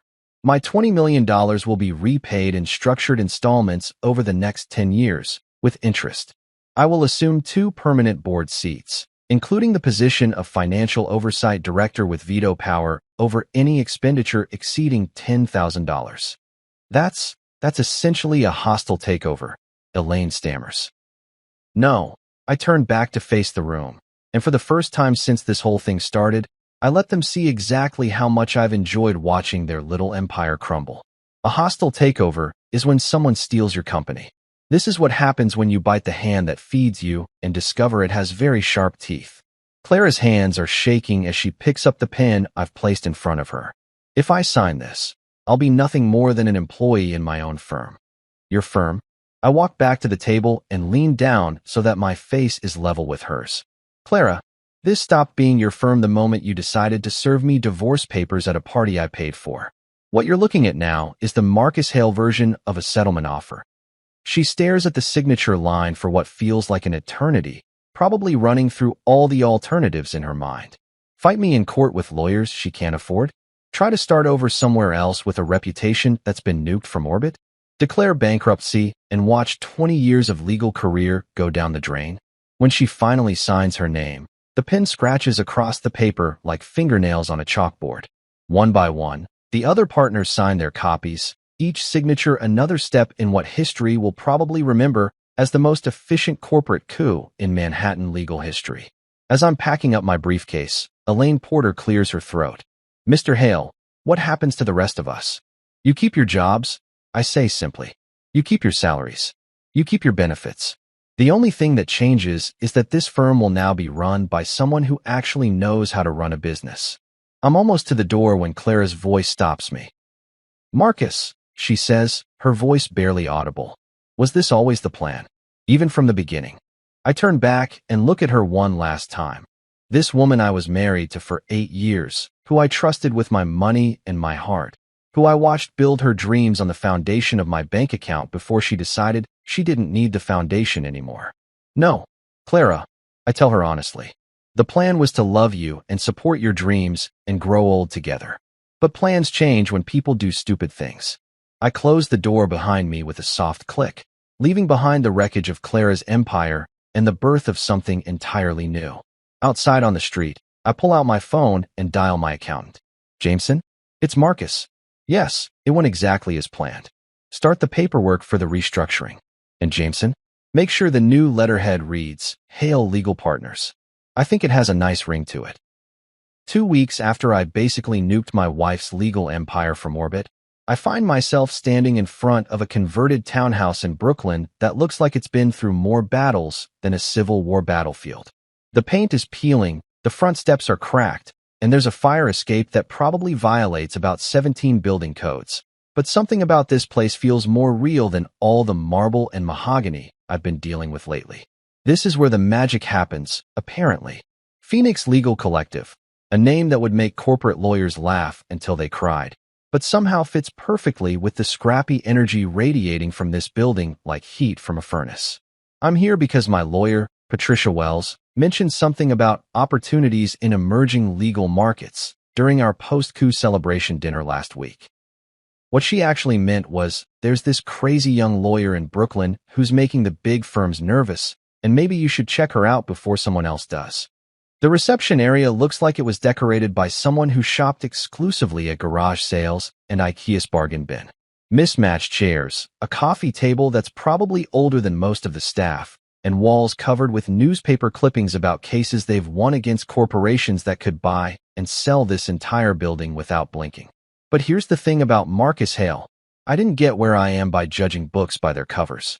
Some of the most profitable investments I've ever made started in places that looked like they were one health inspection away from being condemned.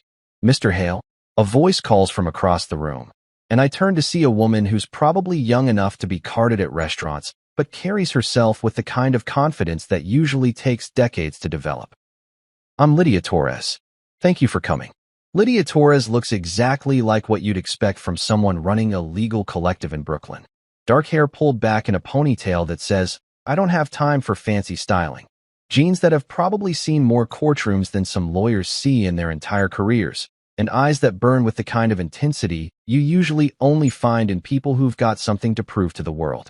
"Miss Torres," I shake her hand, noting the firm grip that doesn't try to overcompensate but doesn't apologize for existing either. "Interesting operation you've got here." She laughs, and it's the kind of genuine sound that I haven't heard in legal circles for longer than I care to admit. That's one way to put it. "Come on, let me show you around before you decide whether we're brilliant visionaries or completely insane." The tour that follows is like stepping into an alternate universe where lawyers actually give a damn about something other than billable hours and partnership tracks. The office space is cramped and chaotic, with case files stacked on every available surface and whiteboards covered in strategy notes that look like they were written by someone planning a military campaign. "This is our war room," Lydia says, gesturing to a conference room that's about the size of Clara's old office closet. "We handle about 40 cases at any given time. Wrongful evictions, immigration rights, class action suits against landlords who think heat is optional in January." I pick up a case file from the table. Martinez versus Blackstone Property Management. A family of 5 getting evicted from their apartment because their toddler's crying supposedly violated the quiet enjoyment clause in their lease. The kind of case that big firms would settle quietly for nuisance value. Except these people are fighting it all the way to appeals court. "What's your success rate?" I ask, genuinely curious. "Depends how you measure success," Lydia replies, leading me to another room where 3 lawyers who look like they're barely old enough to vote are huddled around a computer screen. "If you mean, how often do we get our clients exactly what they're asking for? It's about 60%. If you mean, how often do we keep people from getting completely screwed over by corporations with unlimited legal budgets? It's closer to 90. We stop in front of a bulletin board covered with thank you letters, newspaper clippings, and what looks like a hand-drawn picture from a kid whose family probably didn't get evicted because of the work these people do. It's the kind of wall decoration you'd never see at Hale Legal Partners, where success is measured in billable hours and partnership distributions. "Mr. Hale," Lydia says, and for the first time since I arrived, her voice gets serious. "I'm going to be straight with you. We're broke. Not cash flow problems broke, or waiting for receivables broke. We're choosing between office rent and employee health insurance broke." I appreciate the honesty. In my experience, people who are willing to admit they're drowning are usually the ones worth throwing a life preserver to. "How broke?" I ask. "We've got about 6 weeks of operating capital left, assuming nobody gets sick and the heating system doesn't completely die before spring. Our biggest corporate case just settled for a fraction of what we were hoping for, and the city cut funding for legal aid programs by 30%. She leads me to her office, which is basically a closet with a window and enough legal books to stock a small library. The desk is covered with financial statements that paint a picture of an organization that's been running on passion and coffee for longer than anyone should have to. "We could take corporate clients," she continues, settling into a chair that looks like it came from a 1970s yard sale. "Charge premium rates for routine contract work, maybe do some regulatory compliance for tech startups. But that's not why we got into law." "Why did you get into law?" I ask, because something tells me the answer is going to be refreshingly different from to make partner by 30 and buy a house in the Hamptons. "Because the system is rigged," she says simply. "Because corporate lawyers make more in a month than most people make in a year, while families get evicted because they can't afford legal representation. Because immigration courts have a 97% conviction rate when people represent themselves, but a 60% acquittal rate when they have competent counsel." She pulls out a folder and spreads some papers across her desk. "We're not trying to get rich, Mr. Hale. We're trying to level the playing field just enough so that having money isn't the only thing that determines whether you get justice." I look at the financial projections, the case files, the thank you letters, and something clicks into place that I wasn't expecting. This isn't just another investment opportunity or another way to diversify my portfolio. This is the anti-Clara. This is what Clara's firm could have been if she'd actually cared about practicing law instead of playing lawyer for the cameras. "What would you do with $10 million? I ask. Lydia's eyes widen like I just asked her what she'd do if aliens landed on the courthouse steps. 10 million? Are you serious? Dead serious. 10 million in seed funding, in exchange for 40% equity and a board seat. What would you build? She doesn't hesitate, which tells me she's been thinking about this conversation long before I walk through her door. Expand to all 5 boroughs. Hire 20 more attorneys. Create a training program for law students who want to do public interest work but can't afford to take unpaid internships. Set up a legal clinic in every neighborhood where people can get real advice instead of just forms to fill out. And change the game. Make it so that having a corporate legal team doesn't automatically mean you win. Level the playing field so that justice isn't just for people who can afford it. I pull out my checkbook. Yes, I still carry an actual checkbook because some things are too important for electronic transfers, and write out a number that makes Lydia's eyes fill with tears. $10 million. Not a loan with complicated terms and performance clauses. Not an investment with exit strategies and profit-sharing agreements. Just seed money for someone who wants to fight the good fight and actually has the balls to do it. Mr. Hale, she says, staring at the check like it might disappear if she blinks. You've just saved us. You've saved everything we're trying to build here. No, I tell her, standing up and shaking her hand again. You've saved me. I've been so busy playing corporate games that I forgot what it feels like to invest in something that actually matters. As I'm walking back to my car, I pull out my phone and dial Patricia Wells. Patricia? It's Marcus. Remember that emerging legal market opportunity you mentioned? Yeah, I just wrote them a check for 10 million. And Patricia, this isn't about revenge anymore. This is about building something real. For the first time since this whole mess started, I'm not thinking about Clara or Victor or the smoking ruins of Hale and Winters. I'm thinking about what comes next, and it feels a hell of a lot better than looking backward. 3 weeks after I basically adopted a scrappy legal collective in Brooklyn like some kind of philanthropic sugar daddy, Clara calls me with a proposal that's about as appealing as a root canal performed by a drunk dentist. She wants to meet for coffee to discuss our public narrative, which is PR speak for help me figure out how to spin this disaster so I don't look like a complete idiot. The location she picks is Cafe Orpheus, one of those aggressively neutral Upper West Side spots where divorced couples go to hash out custody agreements and failed business partners meet to divide up what's left of their dreams. It's the kind of place that serves $15 avocado toast and has enough ambient noise to cover heated conversations without making them sound like Jerry Springer episodes. I arrive exactly on time because punctuality is just another form of psychological warfare, and find Clara already sitting at a corner table with her laptop open and what looks like a legal pad covered in talking points. She's wearing a navy blue business suit that screams professional competence, and makeup that's probably designed to hide the fact that she hasn't been sleeping well since her empire collapsed. Marcus, she says as I sit down, her voice carrying that careful modulation lawyers use when they're trying to sound reasonable while asking for unreasonable things. Thank you for coming. I know this is complicated. I order black coffee from a waitress who looks young enough to be my daughter and settle back in my chair with the kind of relaxed confidence that comes from holding all the cards in a game where your opponent is still trying to figure out what game they're playing. So, I say, stirring cream into my coffee with the deliberate slowness of someone who has nowhere else to be and all the time in the world. What's this about, Clara? She slides her laptop across the table like she's presenting evidence in a murder trial. On the screen is a draft press release that's been formatted with all the professional polish of a Fortune 500 company's damage control statement. The headline reads, Hale Legal Partners announces leadership transition. I start reading, and with every sentence, my appreciation for the creative use of the English language grows exponentially. According to this masterpiece of corporate fiction, Clara is stepping back from operational duties to focus on strategic client relationships.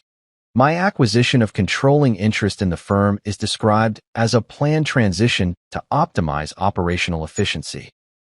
The complete absence of Victor Cross from any mention in the document is apparently because he's pursuing new opportunities in the private sector. It's like reading a fairy tale written by someone who learned creative writing from SEC filing documents. This is interesting, I say after finishing the entire thing, which takes about 3 minutes because it's mostly buzzwords strung together with corporate nonsense. Very creative. Clara leans forward with the kind of hopeful expression that suggests she actually thinks I might be buying what she's selling. I worked with our communications consultant to craft something that protects everyone's reputation while explaining the transition in terms that the legal community can understand.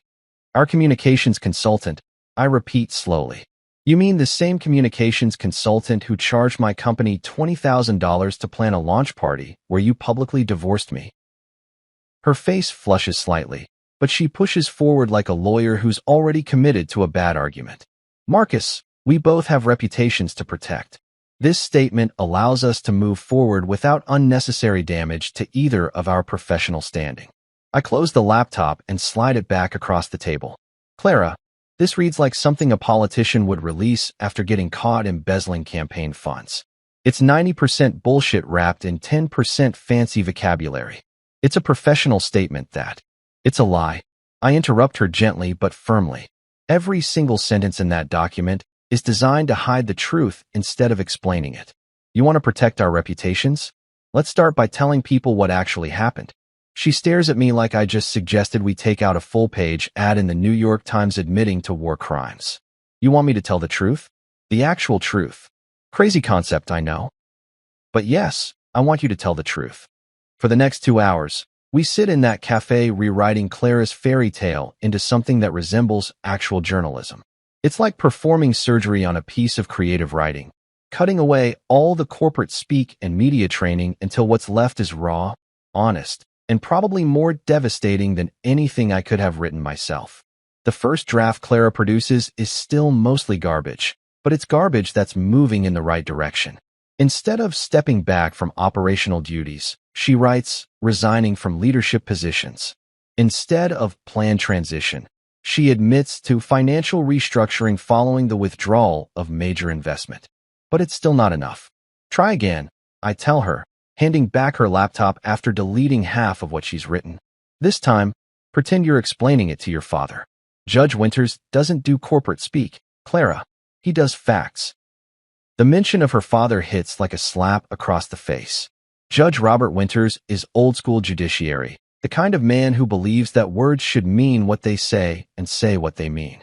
He's also the kind of father who raised his daughter to believe that integrity matters more than appearances, which makes Clara's current situation especially painful. She starts typing again, and this time the words that come out are sharper, cleaner, more honest. Instead of hiding behind passive voice and corporate euphemisms, she starts taking responsibility for decisions that led to consequences. Marcus Hale provided the financial foundation that made Hale and Winters LLP possible, she writes. My personal choices jeopardized that investment and damaged the professional relationship that the firm was built on. It's getting better, but it's still not the whole truth. What about Victor? I ask. She stops typing and stares at the screen for a long moment. What about him? Are you going to mention that you were having an affair with your business partner while using your husband's money to fund both your firm and your relationship? Or are we going to pretend that's not relevant to the story? The question hangs in the air between us like smoke from a gun barrel. Clara's hands hover over the keyboard, probably running through all the different ways she could phrase this particular truth without completely destroying what's left of her professional reputation. I made personal choices that compromised my professional judgment, she finally types. Those choices led to decisions that were unfair to my investors and damaging to the firm's financial stability. It's still corporate speak, but it's corporate speak that acknowledges reality instead of trying to pretend it never happened. We spend another hour refining the language, cutting away the last bits of spin and public relations nonsense until what's left is something that might actually qualify as honest. By the time we're finished, Clara's statement reads like it was written by someone who understands the difference between accepting responsibility and managing public perception. The final version includes an acknowledgement that I funded the firm's entire operation, an admission that her personal decisions led to the firm's financial crisis, and a clear statement that she's stepping down from all leadership roles to allow for proper restructuring under new management. This is going to destroy my reputation, she says, reading through the final draft one more time. Your reputation was destroyed the moment you decided to publicly humiliate the man who bankrolled your entire operation. I tell her. This is just acknowledging what everyone already knows. She stares at the screen for another long moment, probably weighing the cost of honesty against the price of continued deception. Then, without any fanfare or dramatic speeches, she hits schedule and sets the statement to go live on the firm's website and social media accounts tomorrow morning at 9 a.m. There, she says, closing the laptop with a finality that sounds like a coffin lid slamming shut. The truth, as requested. The truth as required. I correct her. This should have been your first instinct, not your last resort. As I'm getting ready to leave, Clara reaches across the table and touches my hand for just a moment. Marcus, for what it's worth, I never wanted it to end like this. I know, I tell her honestly. But wanting something and working for it are two very different things. You wanted to have your cake and eat it too. I wanted a wife who understood that marriage is supposed to be a partnership, not a business transaction. Outside the cafe, I pull out my phone and call Patricia Wells. Patricia? It's Marcus. Clara's releasing a statement tomorrow morning. Yes, it's honest. No, she's not going to like the reaction. And Patricia? Make sure our media people are ready to field calls. Tomorrow's going to be interesting. Somewhere in the back of my mind, I can already hear the phones ringing at law firms across Manhattan as the Legal Gossip Network processes the news that Clara Wintershale just admitted to imploding her own firm through spectacular professional misconduct. Tomorrow morning, the truth finally gets to see daylight. And after months of living in Clara's carefully constructed fantasy, that feels like a victory all by itself. You know what's funny about the truth? It spreads faster than gossip and hits harder than a freight train carrying lawsuits. Clara's statement goes live at exactly 9 a.m. on a Tuesday morning, and by 9:15, my phone is buzzing like an angry hornet's nest with calls from reporters, lawyers, and probably half the legal establishment in Manhattan who suddenly want to know everything about Marcus Hale. I'm sitting in my apartment, nursing my second cup of Colombian coffee and watching the sunrise paint Central Park in shades of gold and possibility when the first call comes in. It's from Legal Times, then Above the Law, then something called Manhattan Law Weekly that I'm pretty sure didn't exist yesterday, but apparently has very strong opinions about corporate restructuring in boutique firms. The best part? I don't answer a single one of them.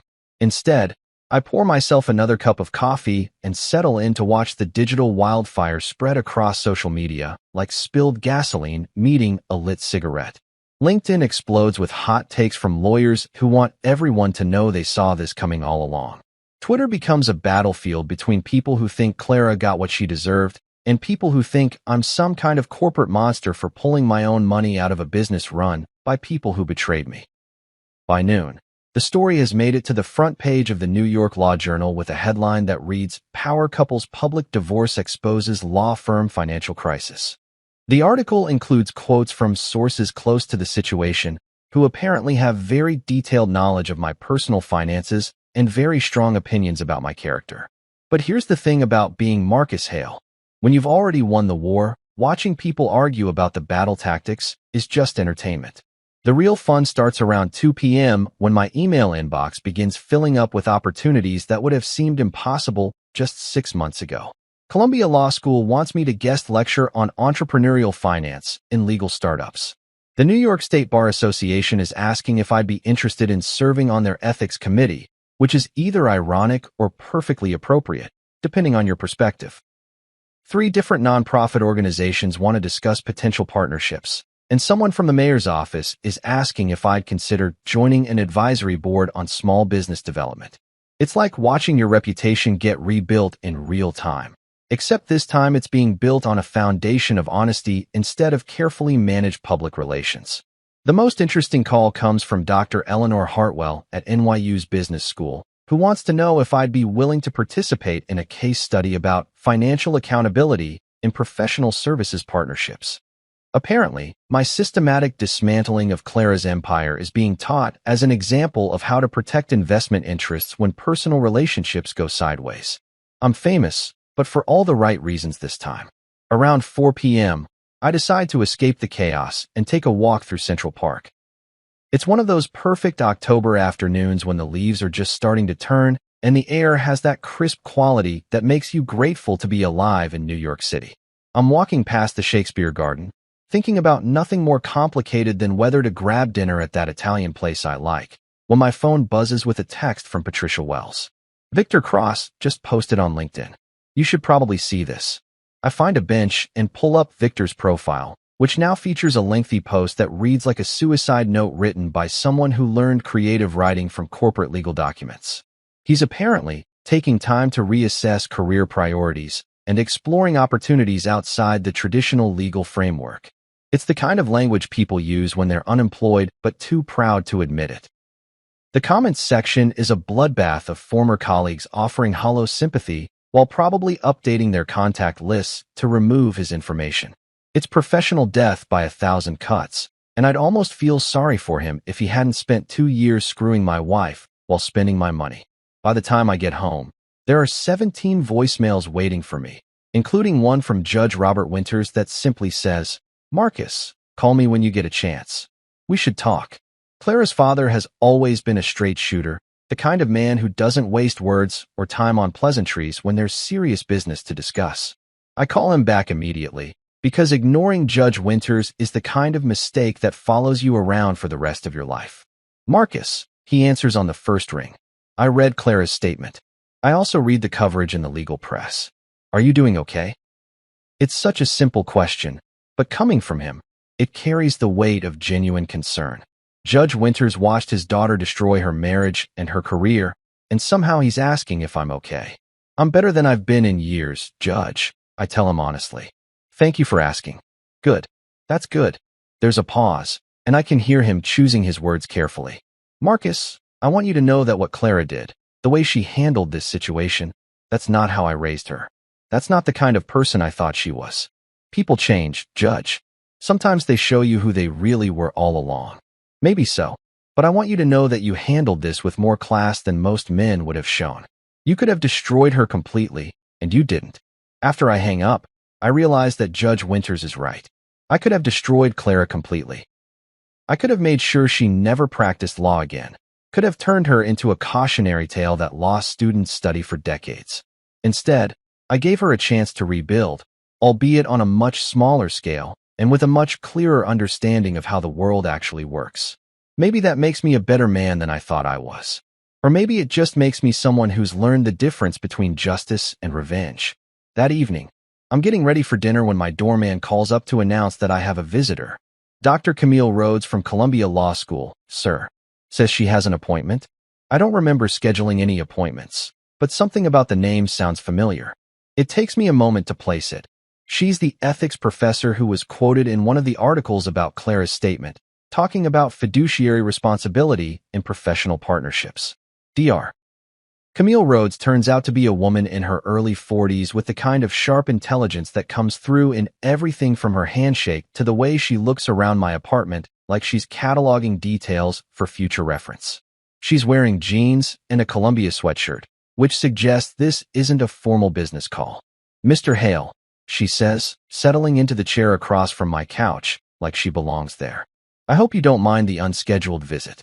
I was in the neighborhood, and I've been following your situation with great interest." "Academic interest?" I ask, pouring 2 glasses of wine because something tells me this conversation is going to require alcohol. "Professional and personal," she admits. "What you did to Hale and Winters, the way you structured your withdrawal, the legal mechanisms you used to protect your investment, it's brilliant. Ethically sound, legally airtight, and more elegant than anything I've seen in 20 years of studying corporate accountability." We talk for 3 hours about everything from business ethics to the future of legal education. And by the time she leaves, I realize 2 things.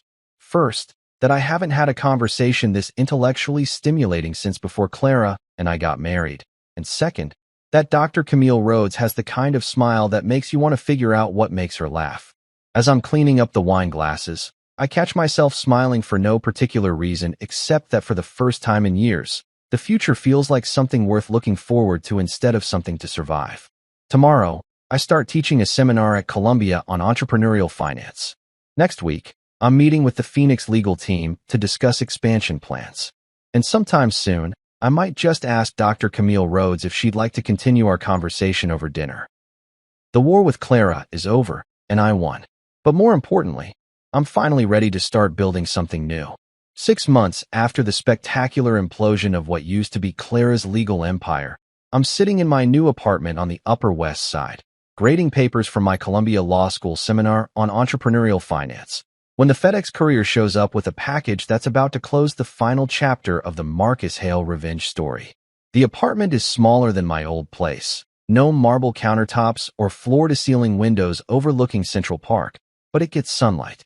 Real, honest-to-God sunlight that streams through normal-sized windows and makes everything feel warm and alive instead of like a museum exhibit designed to impress people I never really liked anyway. The FedEx envelope is addressed in handwriting I recognize immediately, even though it's been months since I've seen Clara's distinctive cursive. No return address, but the Portland postmark tells me everything I need to know about how far she's fallen from the Manhattan legal scene she once thought she was going to conquer. I pour myself a cup of coffee, regular coffee, not the $20 a pound Colombian stuff I used to drink because expensive was supposed to mean better, and settle into the reading chair I bought from a furniture store in Queens instead of some boutique showroom where they charge extra for the privilege of being condescended to by interior designers. The letter inside is written on plain white paper, the kind you can buy at any drugstore, and it's only 1 page long. But sometimes 1 page is enough to say everything that needs saying. Marcus, asterisk. I moved to Portland 3 months ago. I know that probably doesn't surprise you. Everyone in the New York legal community knows by now that Clara Winters Hale is persona non grata east of the Hudson River, asterisk. I work at a nonprofit clinic now, helping people who can't afford lawyers navigate immigration cases and housing disputes. The pay is terrible. The office is in a strip mall between a nail salon and a tax preparation service, and I've never been happier to go to work in the morning, asterisk. I understand now what you tried to tell me that night in your apartment.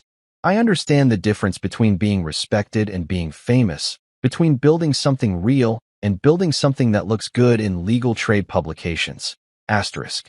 I spent 8 years married to a man who supported my dreams even when I didn't deserve his support, and I threw it all away because I thought I needed to prove something to people whose opinions shouldn't have mattered, asterisk.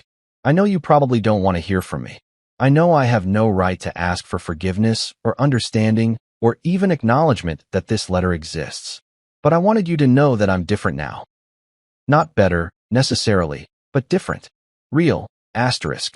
The woman who served you divorce papers at that party was playing a character she thought she was supposed to be. The woman writing this letter is just Clara, trying to figure out how to live with the choices she made and the bridges she burned, asterisk. I don't expect forgiveness. I just wanted you to know, asterisk. Clara, asterisk. I read the letter twice, then fold it carefully and slide it into the desk drawer where I keep important documents that I'm not ready to throw away but don't need to look at every day. Next to tax returns and insurance policies and the deed to this apartment that nobody helped me pick out because I'm perfectly capable of choosing my own goddamn living space. There's no anger in me anymore when I think about Clara. No bitterness or resentment or desire for further revenge. Just a kind of distant sadness for the woman she could have been if she'd figured out who she actually was before she tried to become someone else. The irony is that the Clara who wrote this letter, the one working in a strip mall legal clinic, making terrible money to help people who actually need help, that's the woman I fell in love with 10 years ago. That's the woman I would have supported and encouraged and built a life with if she'd existed anywhere except in my memory of who she used to be. But that woman disappeared somewhere between law school graduation and the first time someone called her a rising star in Manhattan legal circles. She got replaced by someone who cared more about appearances than reality, more about being seen as successful than actually doing work that mattered. Maybe Portland will give her a chance to find her way back to who she was supposed to be. Maybe working in that strip mall clinic will teach her the difference between having a career and having a calling. Maybe she'll figure out that respect has to be earned through actions, not bought with other people's money. Or maybe she won't. Maybe this is just another performance, another carefully crafted image designed to make me think she's learned something she hasn't actually learned. I've been fooled by Clara Winters before, and the smart money says I shouldn't trust anything she says or writes or claims to believe. But here's the thing about being Marcus Hale. I don't have to figure out whether Clara's redemption arc is real or fake. That's her problem to solve, not mine. My phone buzzes with a text from Camille Rhodes, Dr. Camille Rhodes, who turned out to be exactly as brilliant and funny and genuinely interesting as she seemed that first night she showed up at my door unannounced. We've been dating for 3 months now. If you can call it dating, when two middle-aged professionals grab dinner between teaching schedules and discuss constitutional law over wine like it's the most natural thing in the world. Dinner at 7? That new Ethiopian place in the village? Asterisk. I text back. Asterisk perfect. Just finished grading papers. Ready for food that doesn't come with student complaints about grade curves? Asterisk. Bring the good wine. I have news about the Phoenix Legal expansion. Asterisk. The Phoenix Legal Collective has been the best investment I've made in years, and not just financially. Lydia Torres and her team have opened 3 new offices across the city, hired 47 new attorneys, and won some cases that have corporate legal departments genuinely nervous about treating poor people like they're disposable. Last month, they convinced a federal judge to certify a class action lawsuit against one of the biggest property management companies in New York, representing over 2,000 tenants who were illegally charged fees that nobody bothered to explain or justify. The settlement is going to run into 8 figures, and every penny of it goes to people who actually need the money instead of lawyers who already have too much. That's what victory looks like when you're building something instead of destroying something. When you're creating value instead of just redistributing wealth from people who trusted you to people who betrayed them. I look out my window at the street below, where normal people are living normal lives without worrying about legal empires or corporate restructuring, or whether their spouse is planning to publicly humiliate them at parties they paid for. A couple is walking hand in hand toward the subway, probably heading to jobs that don't require them to question everyone's motives or document every financial transaction like they're preparing for war. That could be me and Camille in 6 months, or a year, or whenever we figure out that what we have is worth making official. Walking to dinner without checking our phones for urgent messages from lawyers or accountants or business partners who think the world will end if they don't have immediate answers to questions that could wait until tomorrow. The sunlight is starting to fade, painting my apartment in shades of gold and amber that make everything look warm and possible. In an hour, I'll meet Camille at that Ethiopian restaurant, and we'll talk about Phoenix Legal's expansion plans and her research on legal ethics, and maybe what we're doing next weekend when neither of us has papers to grade or cases to review. Later tonight, I'll come home to this apartment that belongs entirely to me, pour myself a glass of wine that costs exactly what wine should cost, and read a book that has nothing to do with business or law or revenge or any of the things that consumed my life for the past year. Tomorrow, I'll teach eager law students about the intersection of entrepreneurship and ethics, help Lydia Torres figure out how to fund legal clinics in underserved communities, and maybe take Camille to that art gallery opening she mentioned. The war with Clara is over. The reconstruction of Marcus Hale is complete. And for the first time in longer than I care to remember, the future feels like something to build instead of something to survive. I close the desk drawer with Clara's letter inside and walk toward the window, where the last of the afternoon sunlight is turning the city into something that looks almost like hope. The best revenge, it turns out, isn't destroying your enemies. It's building a life so good that their betrayal becomes irrelevant. And that, I realize, is the ultimate victory.